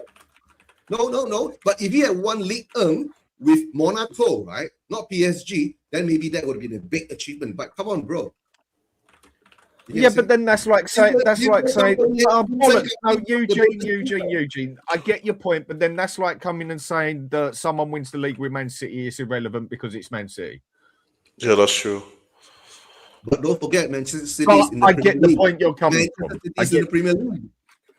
Guys, come on, you're comparing leagues now. I mean, and just to answer a question here, who do I like more, Tony Montana or Tony Soprano? Don't get me wrong, Tony Soprano was good. It's Tony Montana. No, Who is Tony Tony Montana. Montana? Who is Tony Montana? Don't No. worry about it, mate. Come on, Dave. If you don't know the name, then you ain't got a Scooby Doo about that sort of thing. So don't worry about that. But look, so who can we? Last 5 minutes I've got. Who can we realistically be looking at to go for on the wing? We've talked about Savinho, whatever else, and that. Who can we look at for the middle that we can realistically go for? Now, if I'm going to be totally honest, yeah, I'm gonna make a claim here. Yeah, people keep talking to me. Try and be realistically. I mean, people keep talking to me about Adam Walton. Yeah. Now, don't get me wrong. I think Adam Walton is very, very good. I don't give a fuck about how much money we actually spent on. But I do seem to have a slight opinion that he's that, how do I put it? That he gets stuck up a level or two because he's that little English boy. I do think he's great. I think he would be excellent for our club. I think he's got potential to get even better. But personally, you give me a choice out of him or Coney, I'd take Coney out of him all day long. Walton is See with Wharton. But Walton, he's more of a defender, isn't he? He's more of a defensive-minded player. Wharton is the younger version of what's his name in Juventus? Locatelli. He plays exactly like Locatelli. Mm-hmm.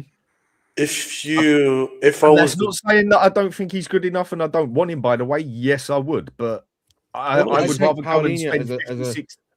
I'd take Paulinho as a squad option, get rid of all our midfielders, literally, keep Bergvall, is the only one I'd keep, right? Get rid of Bentancur, get rid of Sarr, get rid of Basuma, Archie Gray, send him on loan.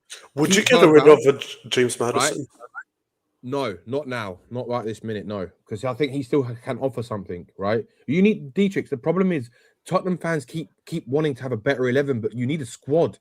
You need a squad full of talent. You can't compete in all competitions if you don't have a squad, right? But so then, the players that I'd keep, right? But for example, in a dream scenario, I'd get rid of every midfielder, keep Bergvall and Paulinho, sign Paulinho permanent contract, go and buy Adam Walton, go and buy Kone. That's what I'd do, and maybe get Ruben Neves on loan. But then I deal with that. That's what a big club should go and do. If money to spend, a big club will go and do something like that in one window.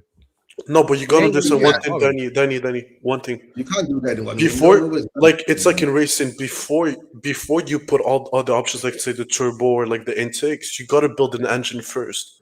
We don't even have a starting 11, so before we start working on the squad, we need a freaking 11, and then the summer after, that's when you build a squad. But no, we don't even have an 11. But I'm saying, like, right now, this is why I said I'd take Savio every single day of the week, because he will be a starting player out of anyone on the left. On the short term, loan, yes. But long term, I don't want Savinho, because for me personally, where I criticize Kudos, we need goals on the wing. Yeah, but who is proven to score goals in the Premier League right now? No one. No truth. What you say here, hang on a second, Eugene, because I've got to finish this now, mate. Saying we're living in Football Manager. I don't think we are living in Football Manager when I say Spurs could go out and get Kone or Edison. I think is the more realistic one. I think if anything, we got more chance of getting them. Either way, I think we got more chance of getting them than Walton. And Walton, we're going to be paying over £100 million for him. Why? Because he's English. Very good player, I must admit, but he's no Declan fucking Rice for me. I think there's still a long way to go with him, but I would kill for him at the club quite happily. But I think Kone is actually a better player, and Edison is one who I think we could realistically get. But right, I've got to cut it at that. Cheers for coming on and seeing you again. How was your Christmas, D-Trix? All good? I don't celebrate Christmas, but I'm just enjoying the time off and the freaking winter storm we just had in Ottawa. So How cold is it there now? it's -20. Oh my fucking days. Right. So I just want to say big thanks to everyone for the super chats. Sean DeBoss, thank you very much, mate. And 2 Marks, always good to see you. And also Stano, thank you very much, mate. Appreciated. Ledley, same to you, mate. Appreciated. And with Tony again, much appreciated, mate. Right. I hope everyone had a very good Christmas. Looks like we're going to have a fun new year coming up and everything. I'm going to go over to catch up because I now have to defend Tottenham on a fucking Arsenal channel. Everyone, thanks for watching. All the guests, thanks for coming on. Much appreciated. And we'll be catching up with people very soon. Have a good Dan, night. Are you before you go? Are you going on the show right now? Like in 5 minutes. So yeah, Why don't you do a redirect? Do a redirect to it. I People don't know can how watch to you on fucking there. do it. They've changed it all. They've changed it. I used to know how to do it, but they've gone and changed it on the live streaming bit where I go on to the bit where they used to do it and they've swapped everything about. So I'm just going to have to get someone to tell me. And right, just to answer a question, 232 votes, Stel on Maz's jumper, Stel 65, Maz 35. So Stel absolutely wiped the floor with Maz on that one. Anyway, people, have a good day. Take care. If you want to see something else where I've got to defend Spurs, go to the. Tell you what I do. Best thing Throw the I link can in do the chat. at this moment. That's exactly what I'm doing. There's the link on the chat, so it should be amusing there. And people, have a good day. Take care of yourselves. Thanks for everyone watching. Super chat. And don't forget, guys, Dan Ray, right? Yeah, say Dan Ray. Say Dan what? Dan Reid, it's like, for example, when you go on other Oh, right. No, channels, don't worry. That just went over your head. Don't fucking worry about it. Okay. I'll see you later on. Take care. Take it down.